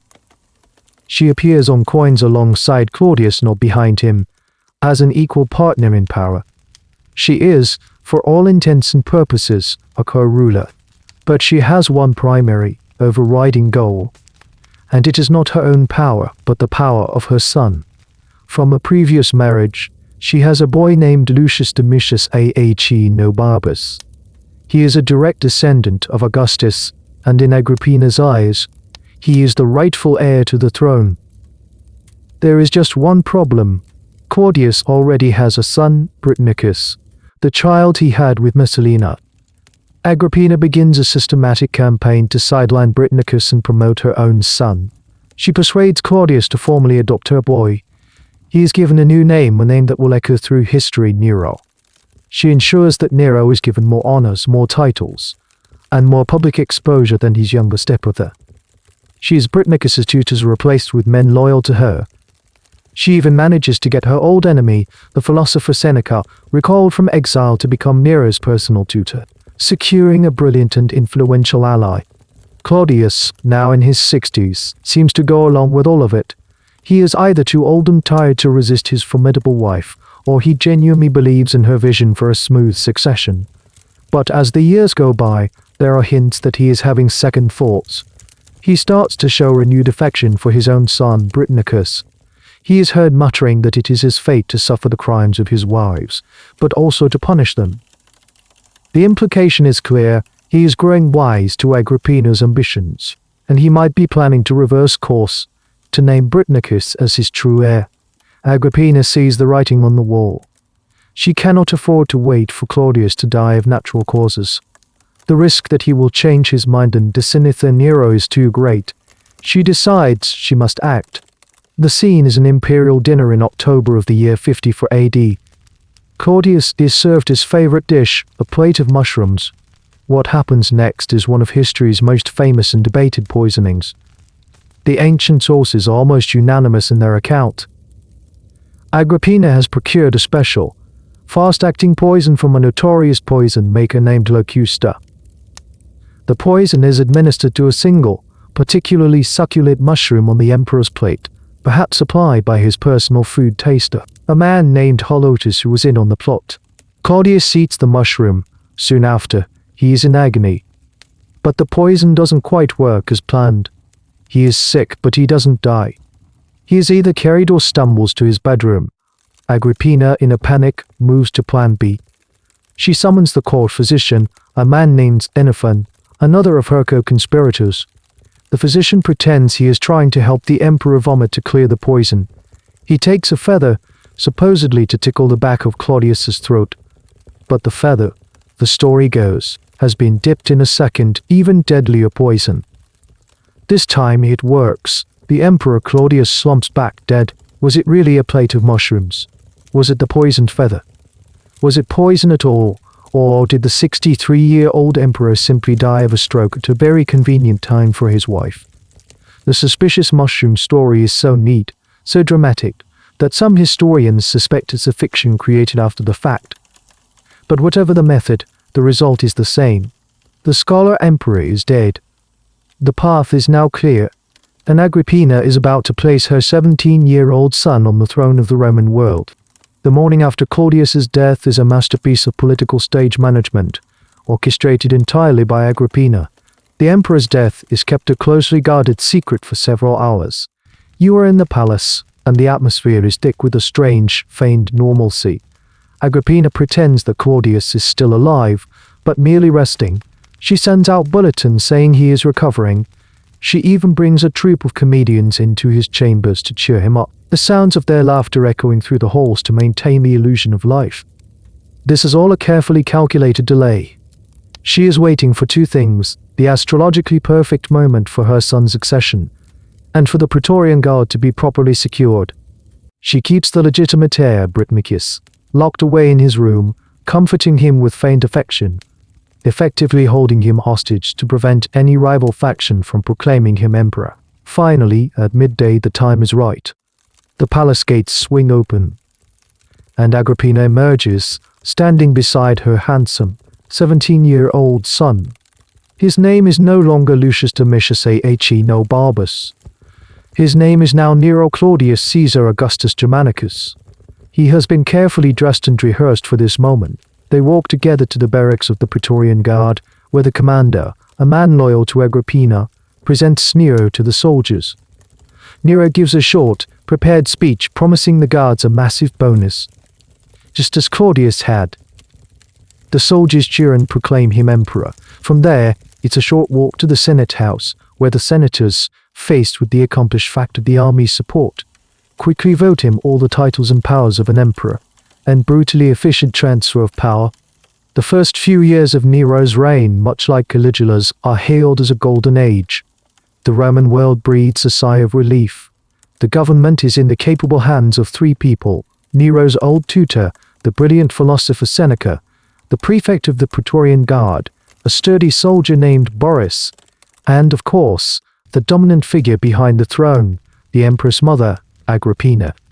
You see Nero in these early days, and he seems like a dream come true.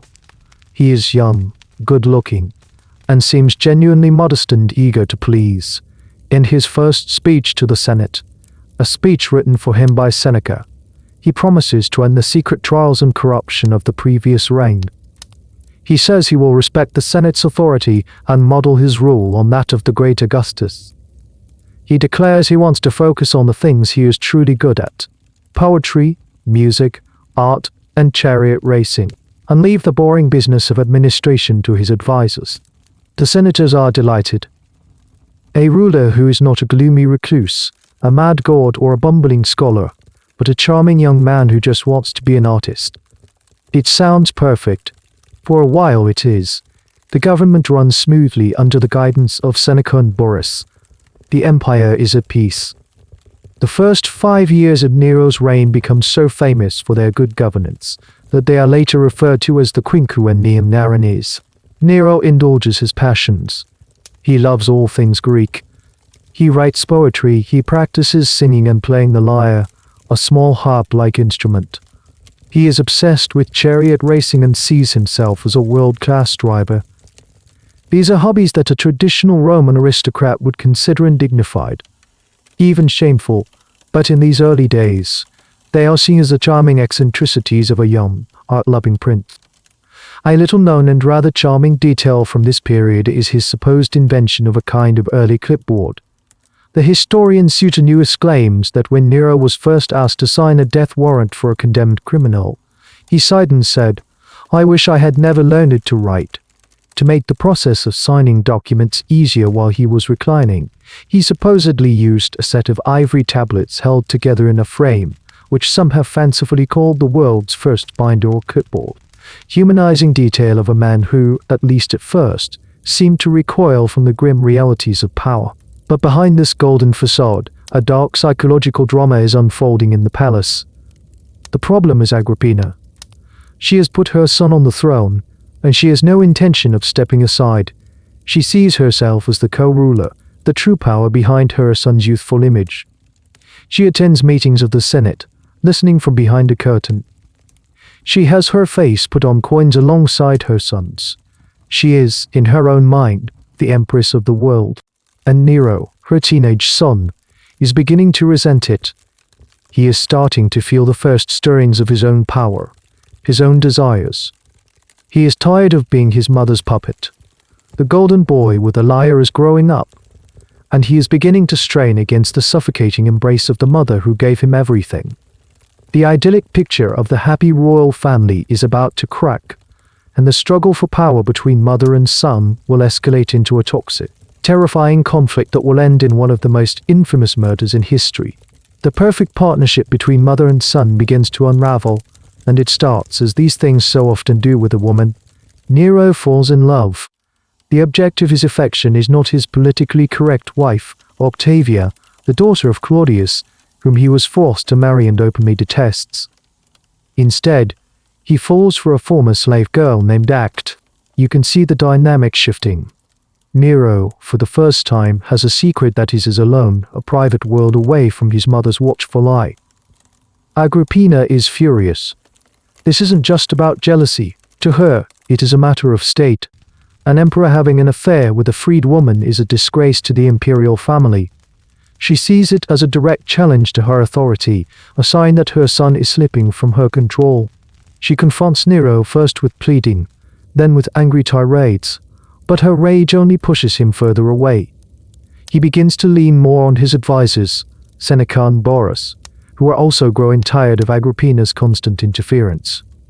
They see a chance to sideline her and cleverly take Nero's side in the dispute, counseling him to stand up to his mother. The power struggle escalates. Agrippina, realizing she is losing her grip on her son, makes a fatal threat. She reminds Nero that he is not the only heir. There is still Britannicus, Claudius's legitimate son, who is now coming of age. She declares that she will take Britannicus to the Praetorian camp and present him to the soldiers as the true emperor, denouncing Nero as a usurper. It is a terrifying threat, and it pushes Nero to commit his first great crime. You are at a palace dinner party. Both Nero and Britannicus are present. Britannicus, who is about 14 years old, is asked to sing for the guests. He chooses a song whose lyrics speak of being cast out of one's home and throne. The implication is not lost on anyone in the room. A short while later, a cup of wine is brought to Britannicus. The drink has been tested by a food taster, a standard precaution. But the wine is deliberately served too hot. Britannicus asks for it to be cooled with some water, and the water that is added contains a fast-acting, deadly poison. The boy takes a sip, and the effect is instantaneous. He chokes, gasps for breath, and collapses. The room is thrown into chaos. Guests are screaming. Octavia, though terrified, tries to hide her horror. Agrippina is frozen in a state of shock and fear. Only Nero remains calm. He casually remarks that Britannicus has been suffering from epileptic fits since childhood and will probably be fine in a few minutes. He then motions for the servants to carry the body out, and the dinner party continues as if nothing has happened. Britannicus is buried that very same night in a hasty, rain-swept ceremony to minimize the scandal.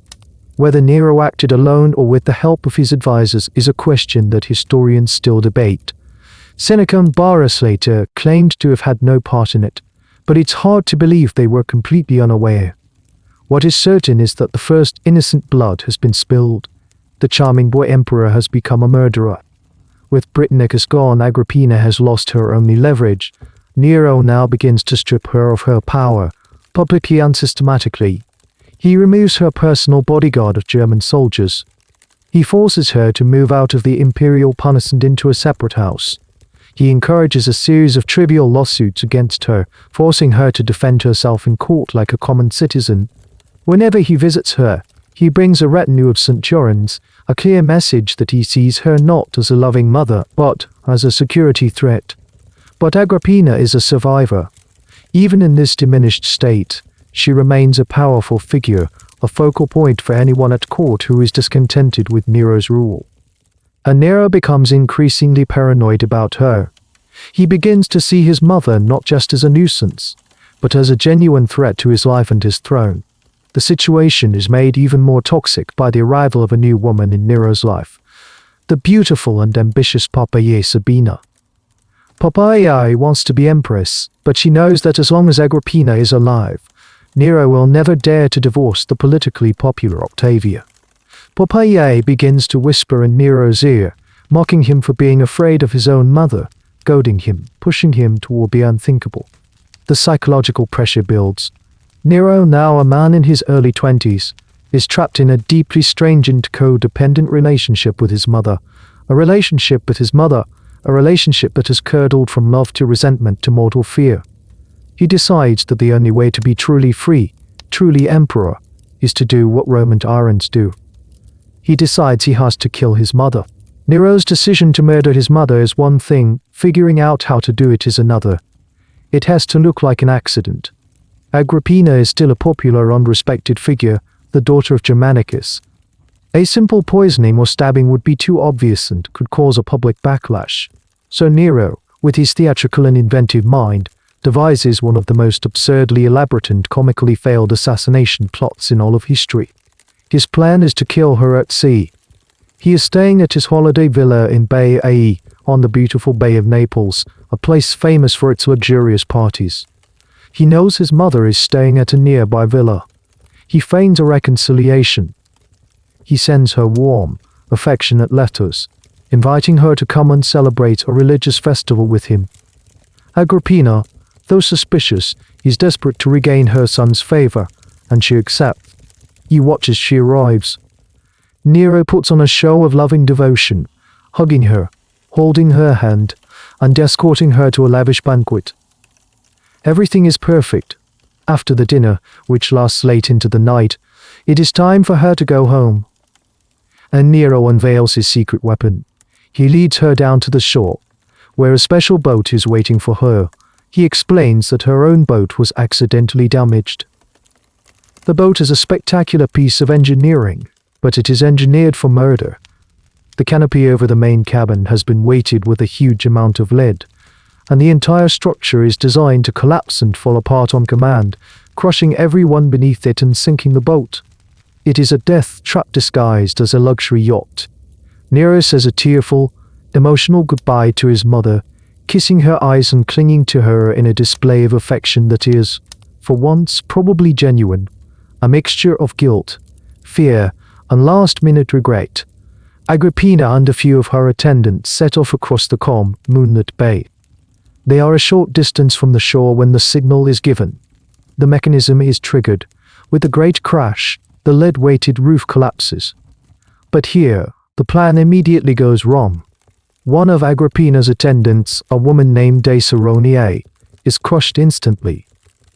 But the couch Agrippina was reclining on was unexpectedly strong, and its high sides protected her from the full force of the falling lead. She is injured, her shoulder is bruised, but she is very much alive. Then the second part of the plan fails. The boat is supposed to break apart and sink, but some of the sailors who were not in on the plot rush to the opposite side of the boat to try and rebalance it, counteracting the efforts of the assassins who are trying to capsize it. In the confusion, the boat doesn't sink, it just lists awkwardly in the water. Agrippina, bruised but clear-headed, realizes what is happening. In the chaos, she makes a brilliant decision. She quietly slips over the side of the boat and into the dark water. Meanwhile, her surviving attendant, thinking she can save herself by identifying the Empress, starts shouting, "I am Agrippina. Help the Emperor's mother." The assassins, hearing this, swarm her in the water and beat her to death with their oars. Agrippina, a silent shadow in the water, swims away. A true daughter of the tough Julio-Claudian line, she is a surprisingly strong swimmer. She is eventually picked up by a small fishing boat and taken back to her villa.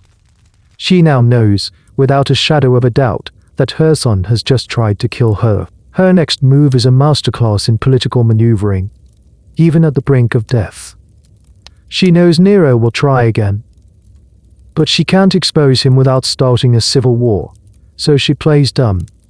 She sends a messenger to Nero, informing him that she has, by the grace of the gods, survived a terrible boating accident, but that she is fine and he shouldn't worry or come to visit her. This message throws Nero into a complete panic. His ridiculously clever plan has failed. His mother is alive, and she knows. He paces his room, terrified, convinced she is on her way to raise the army and the people against him. He summons Seneca and Boris, who are, according to the historian Tacitus, shocked and silent when they hear what their emperor has done. Finally, one of them, it's debated which, realizes there is no turning back. They have to finish the job. Nero gives the order. A group of naval officers, led by a man named Augustus, the very man who designed the trick boat, is dispatched to Agrippina's villa. They surround the house, break down the doors, then burst into her bedroom. She is lying on her bed with only a single lamp for light. When she sees them, she knows her time has come. She looks at Augustus and says calmly, "If you have come to see how I am, you can tell my son I have recovered. If you have come to do a crime, I will not believe my son has ordered it." As they raise their swords, she is said to have pointed to her abdomen and cried out, "Strike here, in the womb that bore such a monster." The long and bloody power struggle between mother and son is finally over. With his mother gone, a profound change comes over Nero. The last real check on his behavior, the last person on earth he genuinely feared, has been eliminated. The philosopher Seneca and the soldier Boris, his steadying advisors, find their influence waning. Boris dies a few years later, officially from a throat infection, though rumors of poison, as always, abound. Seneca, seeing the writing on the wall, gradually withdraws from public life, surrounded by a new circle of sycophants and flatterers who encourage his worst impulses. And the impulse he wants to indulge most is his desire to be an artist, a public artist. You see him now no longer just practicing his lyre in the palace, but appearing on the public stage. For a traditional Roman nobleman, this was the ultimate degradation. Actors, singers, and musicians were considered little better than prostitutes, people who sold their bodies and their dignity for public entertainment. For an emperor to do this was unthinkable. It was a shocking breach of decorum. But Nero doesn't care. He forces the senators and the nobility to attend his recitals, which could last for hours. He institutes a new festival, the Nero Nia, modeled on the Greek Olympics, but with a heavy focus on poetry and music competitions, which he, of course, always wins. His artistic ambitions are matched only by his extravagance. He spends fortunes on lavish parties, new palaces, and vanity projects. He is bleeding the imperial treasury dry. And then, in the summer of the year 64 AD, disaster strikes. A fire breaks out in the Circus Maximus, the great chariot racing stadium. It's a hot, dry July, and the flames, fanned by a strong wind, quickly spread through the tightly packed wooden tenements and shops of the city. The great fire of Rome has begun. You are there in the streets, and it is a vision of hell. The fire rages for 6 days and 7 nights. It destroys vast swaths of the city. Of Rome's 14 districts, only 4 are untouched, 3 are completely leveled, and 7 others are left as smoldering ruins. The city is a scene of utter chaos and human misery. People are fleeing for their lives, families are separated, and the ancient heart of the Republic is being consumed by flames. And where is the emperor? According to the most famous and damning account from the historian Tacitus, Nero was not in Rome until he rushed back to the city, and Tacitus says he did organize relief efforts. He opened his own gardens to house the homeless and brought in food supplies from the surrounding towns. But then Tacitus relates the rumor that has defined Nero in the popular imagination for all time.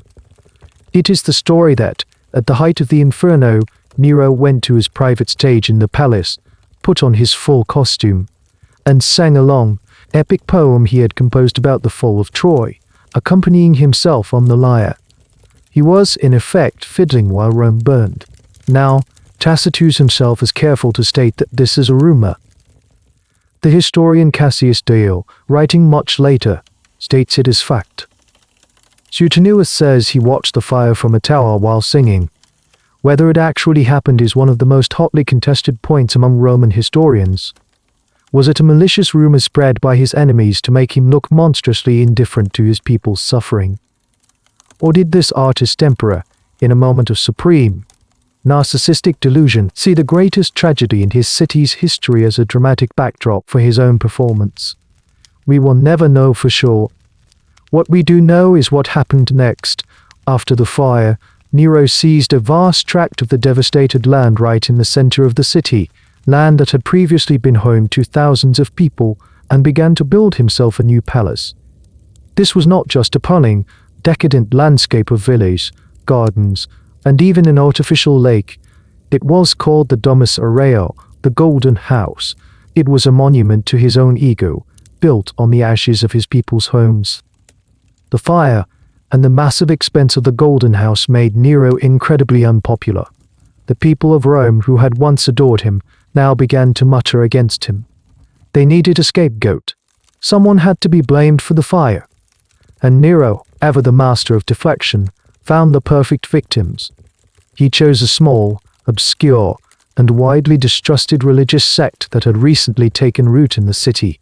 They were a secretive group, rumored to engage in strange rituals. They were the Christians.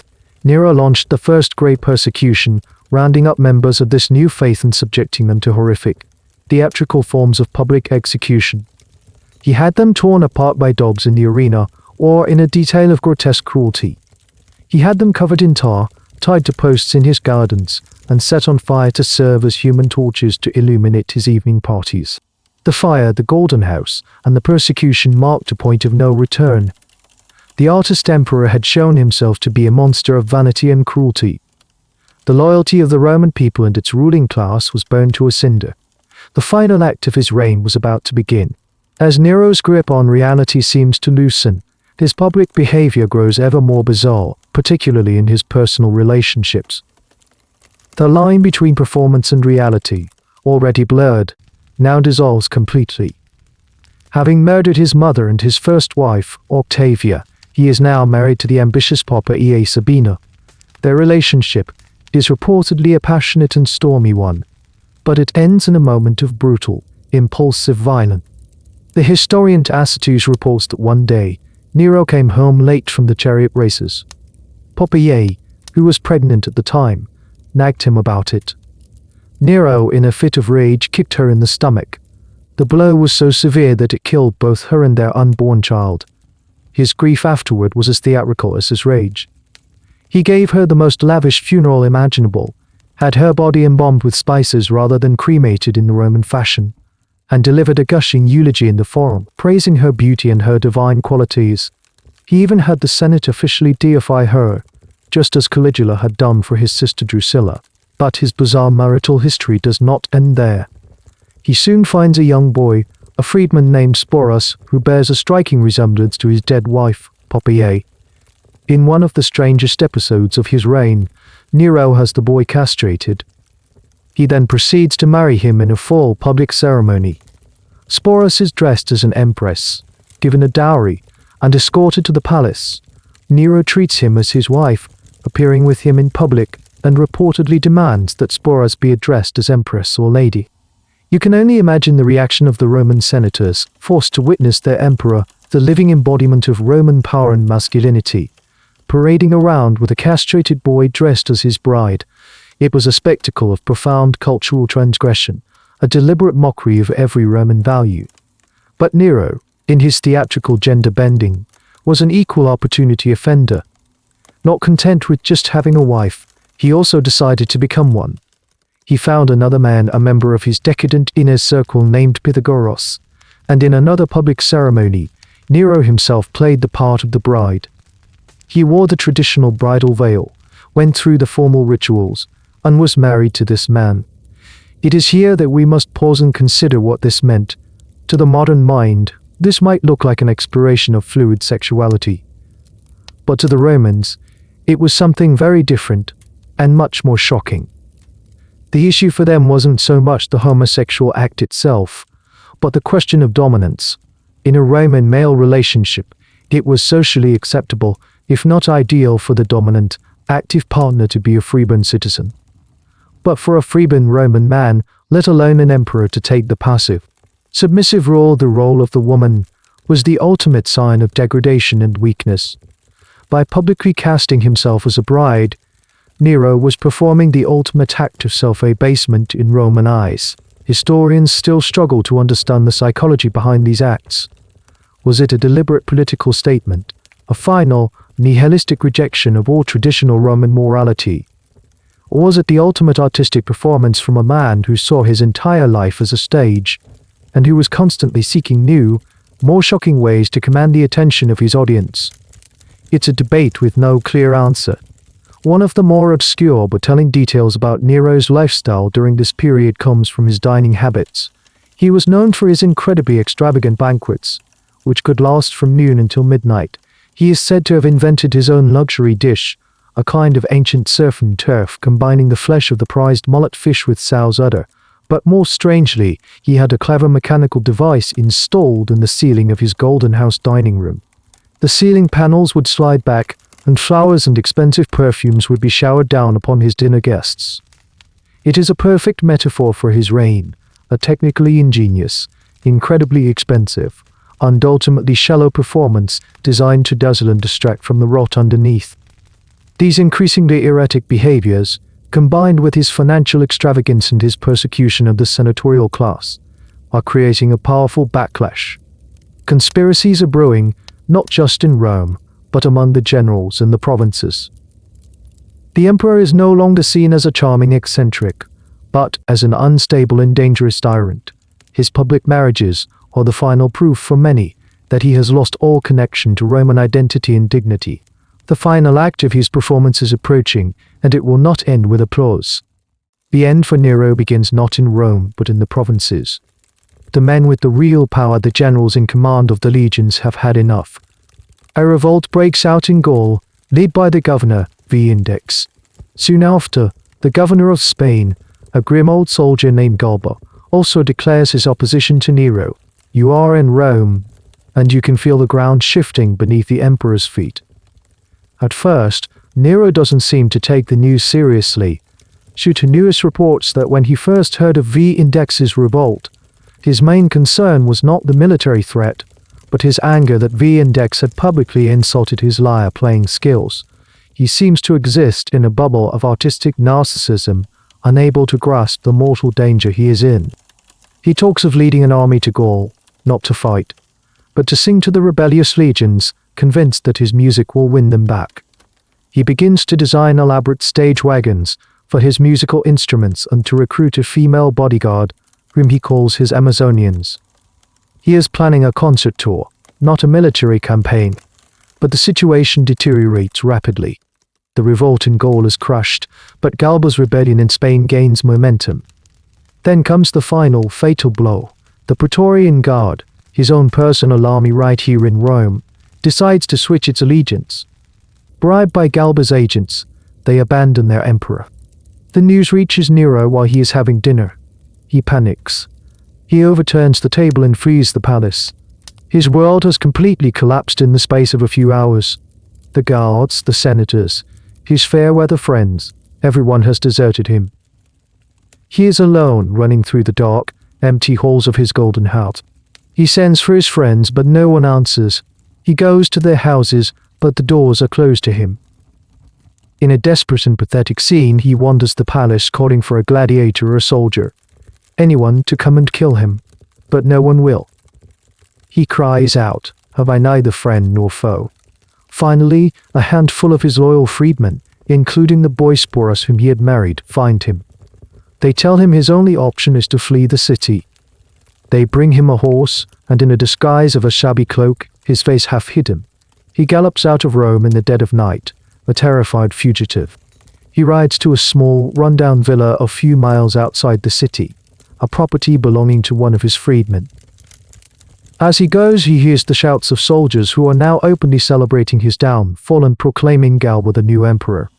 The Senate, seizing the opportunity, officially declares Nero a public enemy, meaning anyone can kill him without punishment. He spends his last hours in this squalid little villa. a place of stark contrast to the perfumed halls of his golden house. He is paralyzed by indecision and self-pity. He orders his companions to dig a grave for him, measuring it against the size of his own body.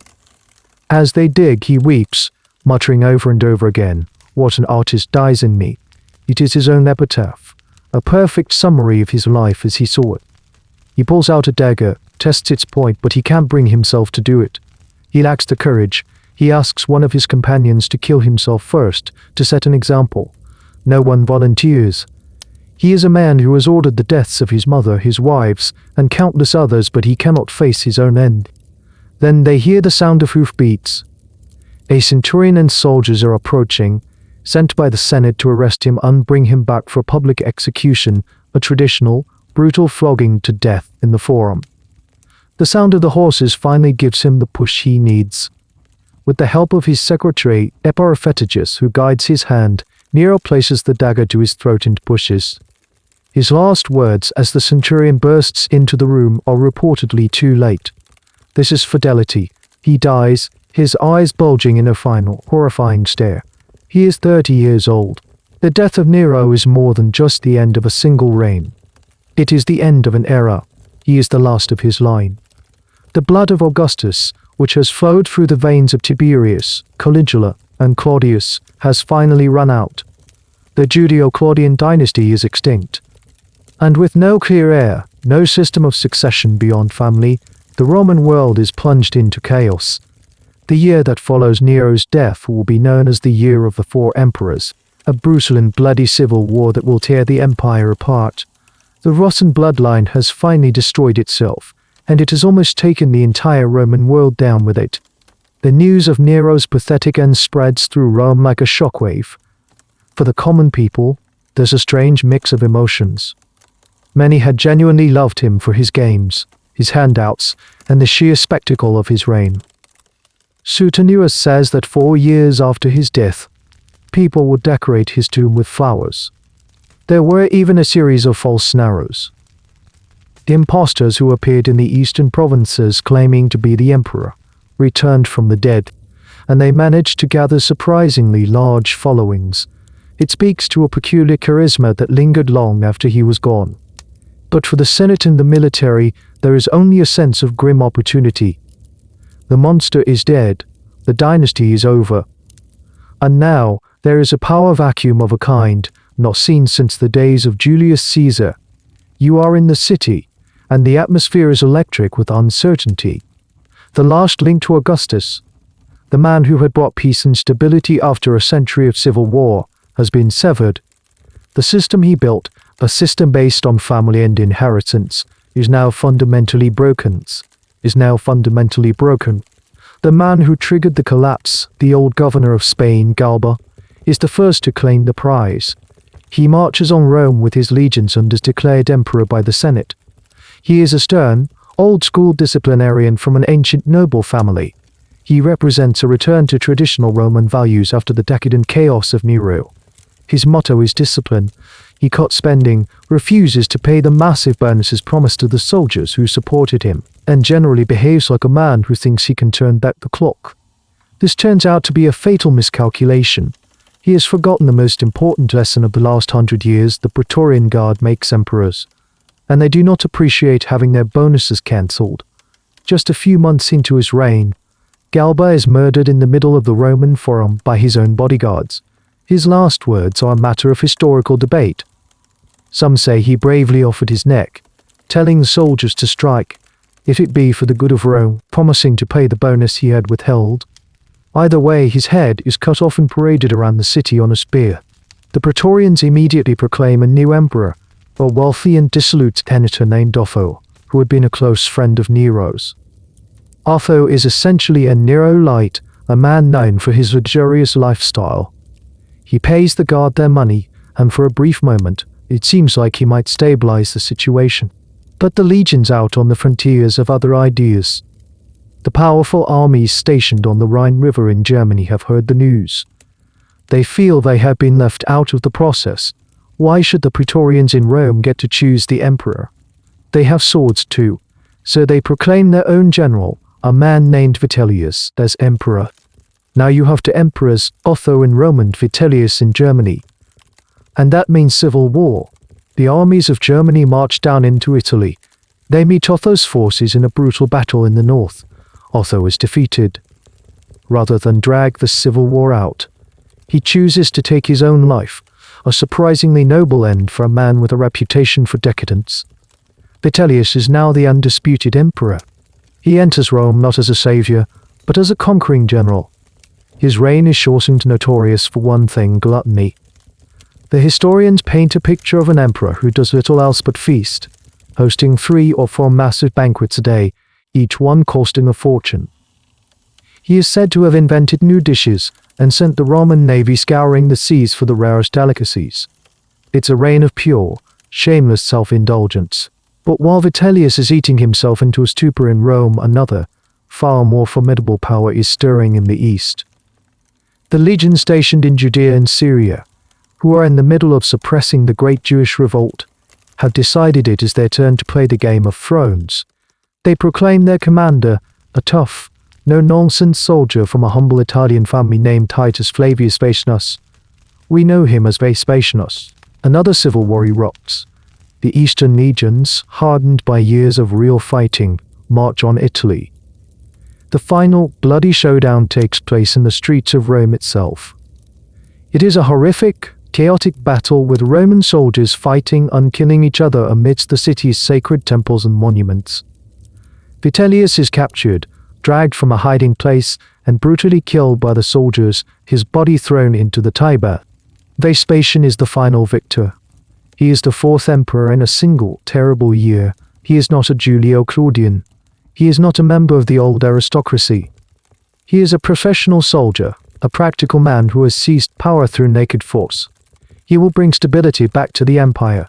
He will found a new dynasty, the Flavianese. The civil war is over, but the Julio-Claudian story has left a permanent scar. The illusion of a stable, divinely ordained family ruling the world has been shattered.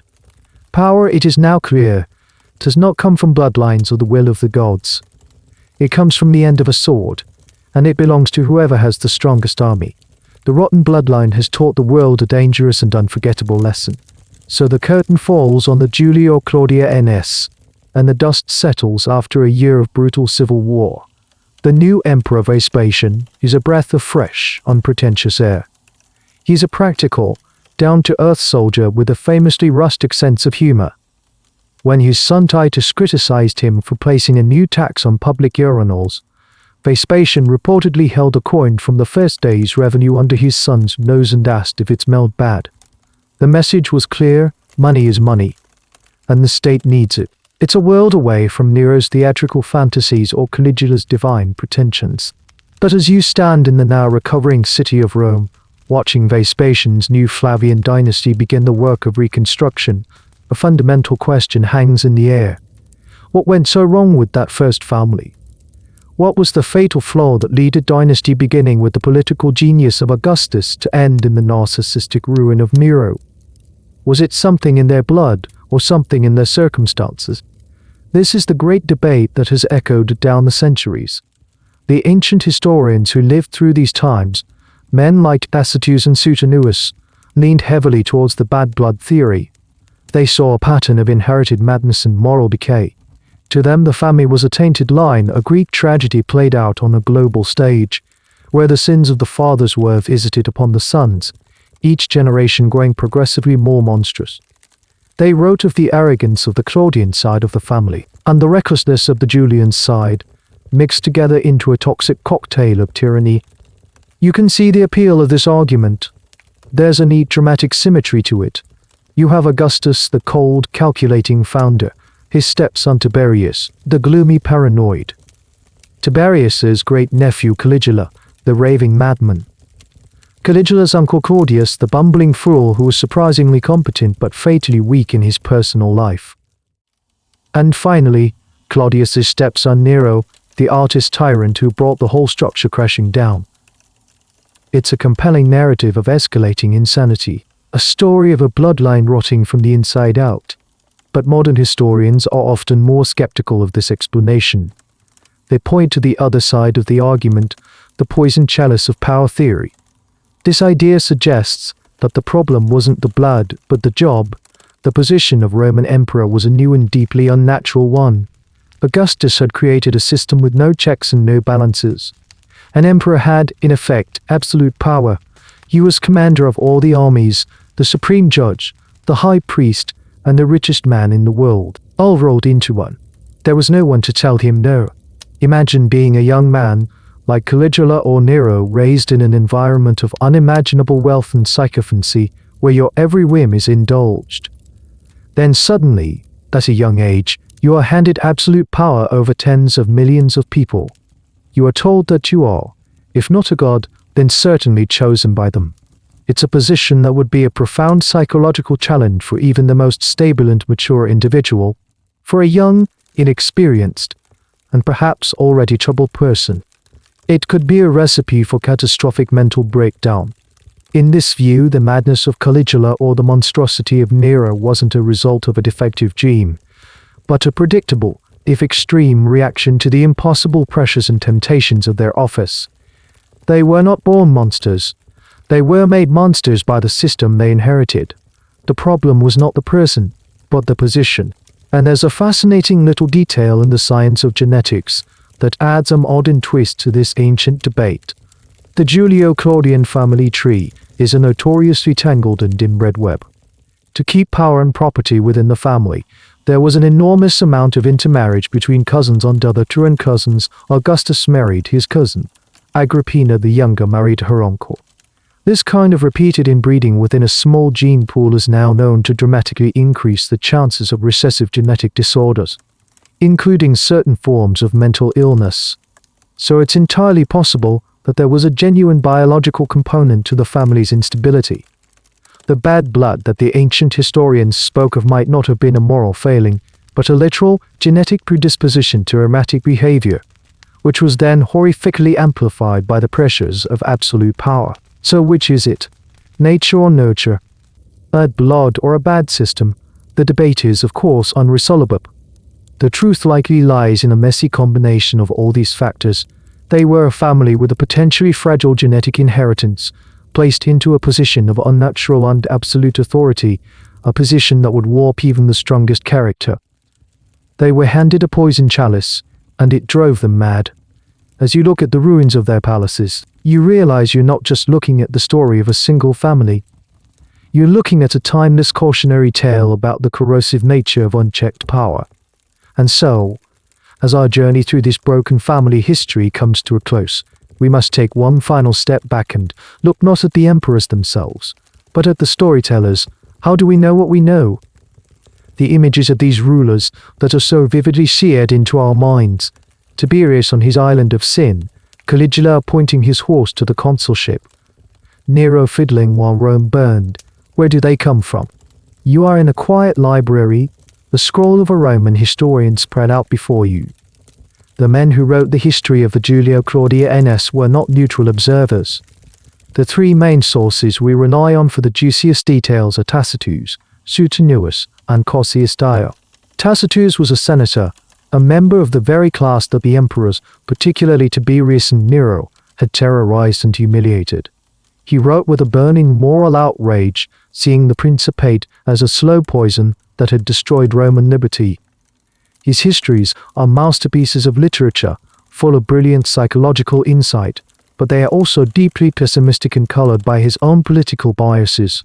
He is the master of the damning innuendo, the carefully placed rumor that leaves a permanent stain. Suetonius, our second key source, was a different kind of writer. He was an imperial secretary who had access to the palace archives, but his primary interest was not in political analysis. He was a biographer, and like many biographers, ancient and modern, he loved gossip. His Lives of the 12 Caesars is structured thematically, not chronologically. He'll give you a chapter on an emperor's virtues, a chapter on his vices, a chapter on his witty sayings. It makes for incredibly entertaining reading, but it can also be misleading. He presents scandalous rumors and established facts with the same level of authority, leaving it to the reader to sort them out. Many of the most lurid stories, especially about Tiberius and Caligula, come directly from him, and he rarely questions his sources. Our third major storyteller, Cassius died a century and a half after Nero. He was a Greek writing in a Roman world, and he had the benefit of hindsight. But he was also further from the events, relying on earlier sources, many of which are now lost to us. His work is invaluable, but it's a history written at a distance, filtered through the lens of a later age. All three of these men were part of the senatorial elite, and they wrote for an audience of their peers. They shared a common worldview, one that was fundamentally hostile to the idea of autocratic rule. They were telling the story of the Julio-Claudians as a cautionary tale for their own time, a warning about what happens when one man is given too much power. This is the great and unresolved question that hangs over all these stories: how much is accurate reporting, and how much is political propaganda, character assassination designed to make these emperors look as monstrous as possible. Take, for example, the story of Claudius. For centuries, he was seen as a weak-willed fool, dominated by his wives and freedmen, exactly as Tacitus and Suetonius portrayed him. But if you look at the evidence of his actual reign, the conquest of Britain, the new aqueducts, the judicial reforms, a very different picture emerges, that of a capable and conscientious administrator. Modern historians had had to piece together this more positive image from inscriptions, coins, and archaeological evidence, working against the powerful literary narrative created by the ancient authors. It's a powerful reminder that the best story isn't always the truest one. And so, as we leave this family to their ghosts, we are left with a profound sense of ambiguity. We have the facts, the dates, the battles, the laws, but the inner lives, the motivations, the true character of these people are shrouded in the mists of time and filtered through the powerful, biased, and utterly compelling narratives of their enemies. Perhaps the most enduring legacy of the Julio-Claudians isn't the chaos they caused, but the unforgettable stories that were told about them. They were a family so dysfunctional, so dramatic, and so grotesquely fascinating that they forced the historians of their age to invent a new kind of storytelling, one that blended history with psychology, tragedy, and scandalous rumor. They were, in the end, terrible rulers, but they made for the greatest story on earth. And so the great, grand tragedy of Rome's first family now rests. The echoes of their footsteps in the marble halls have faded.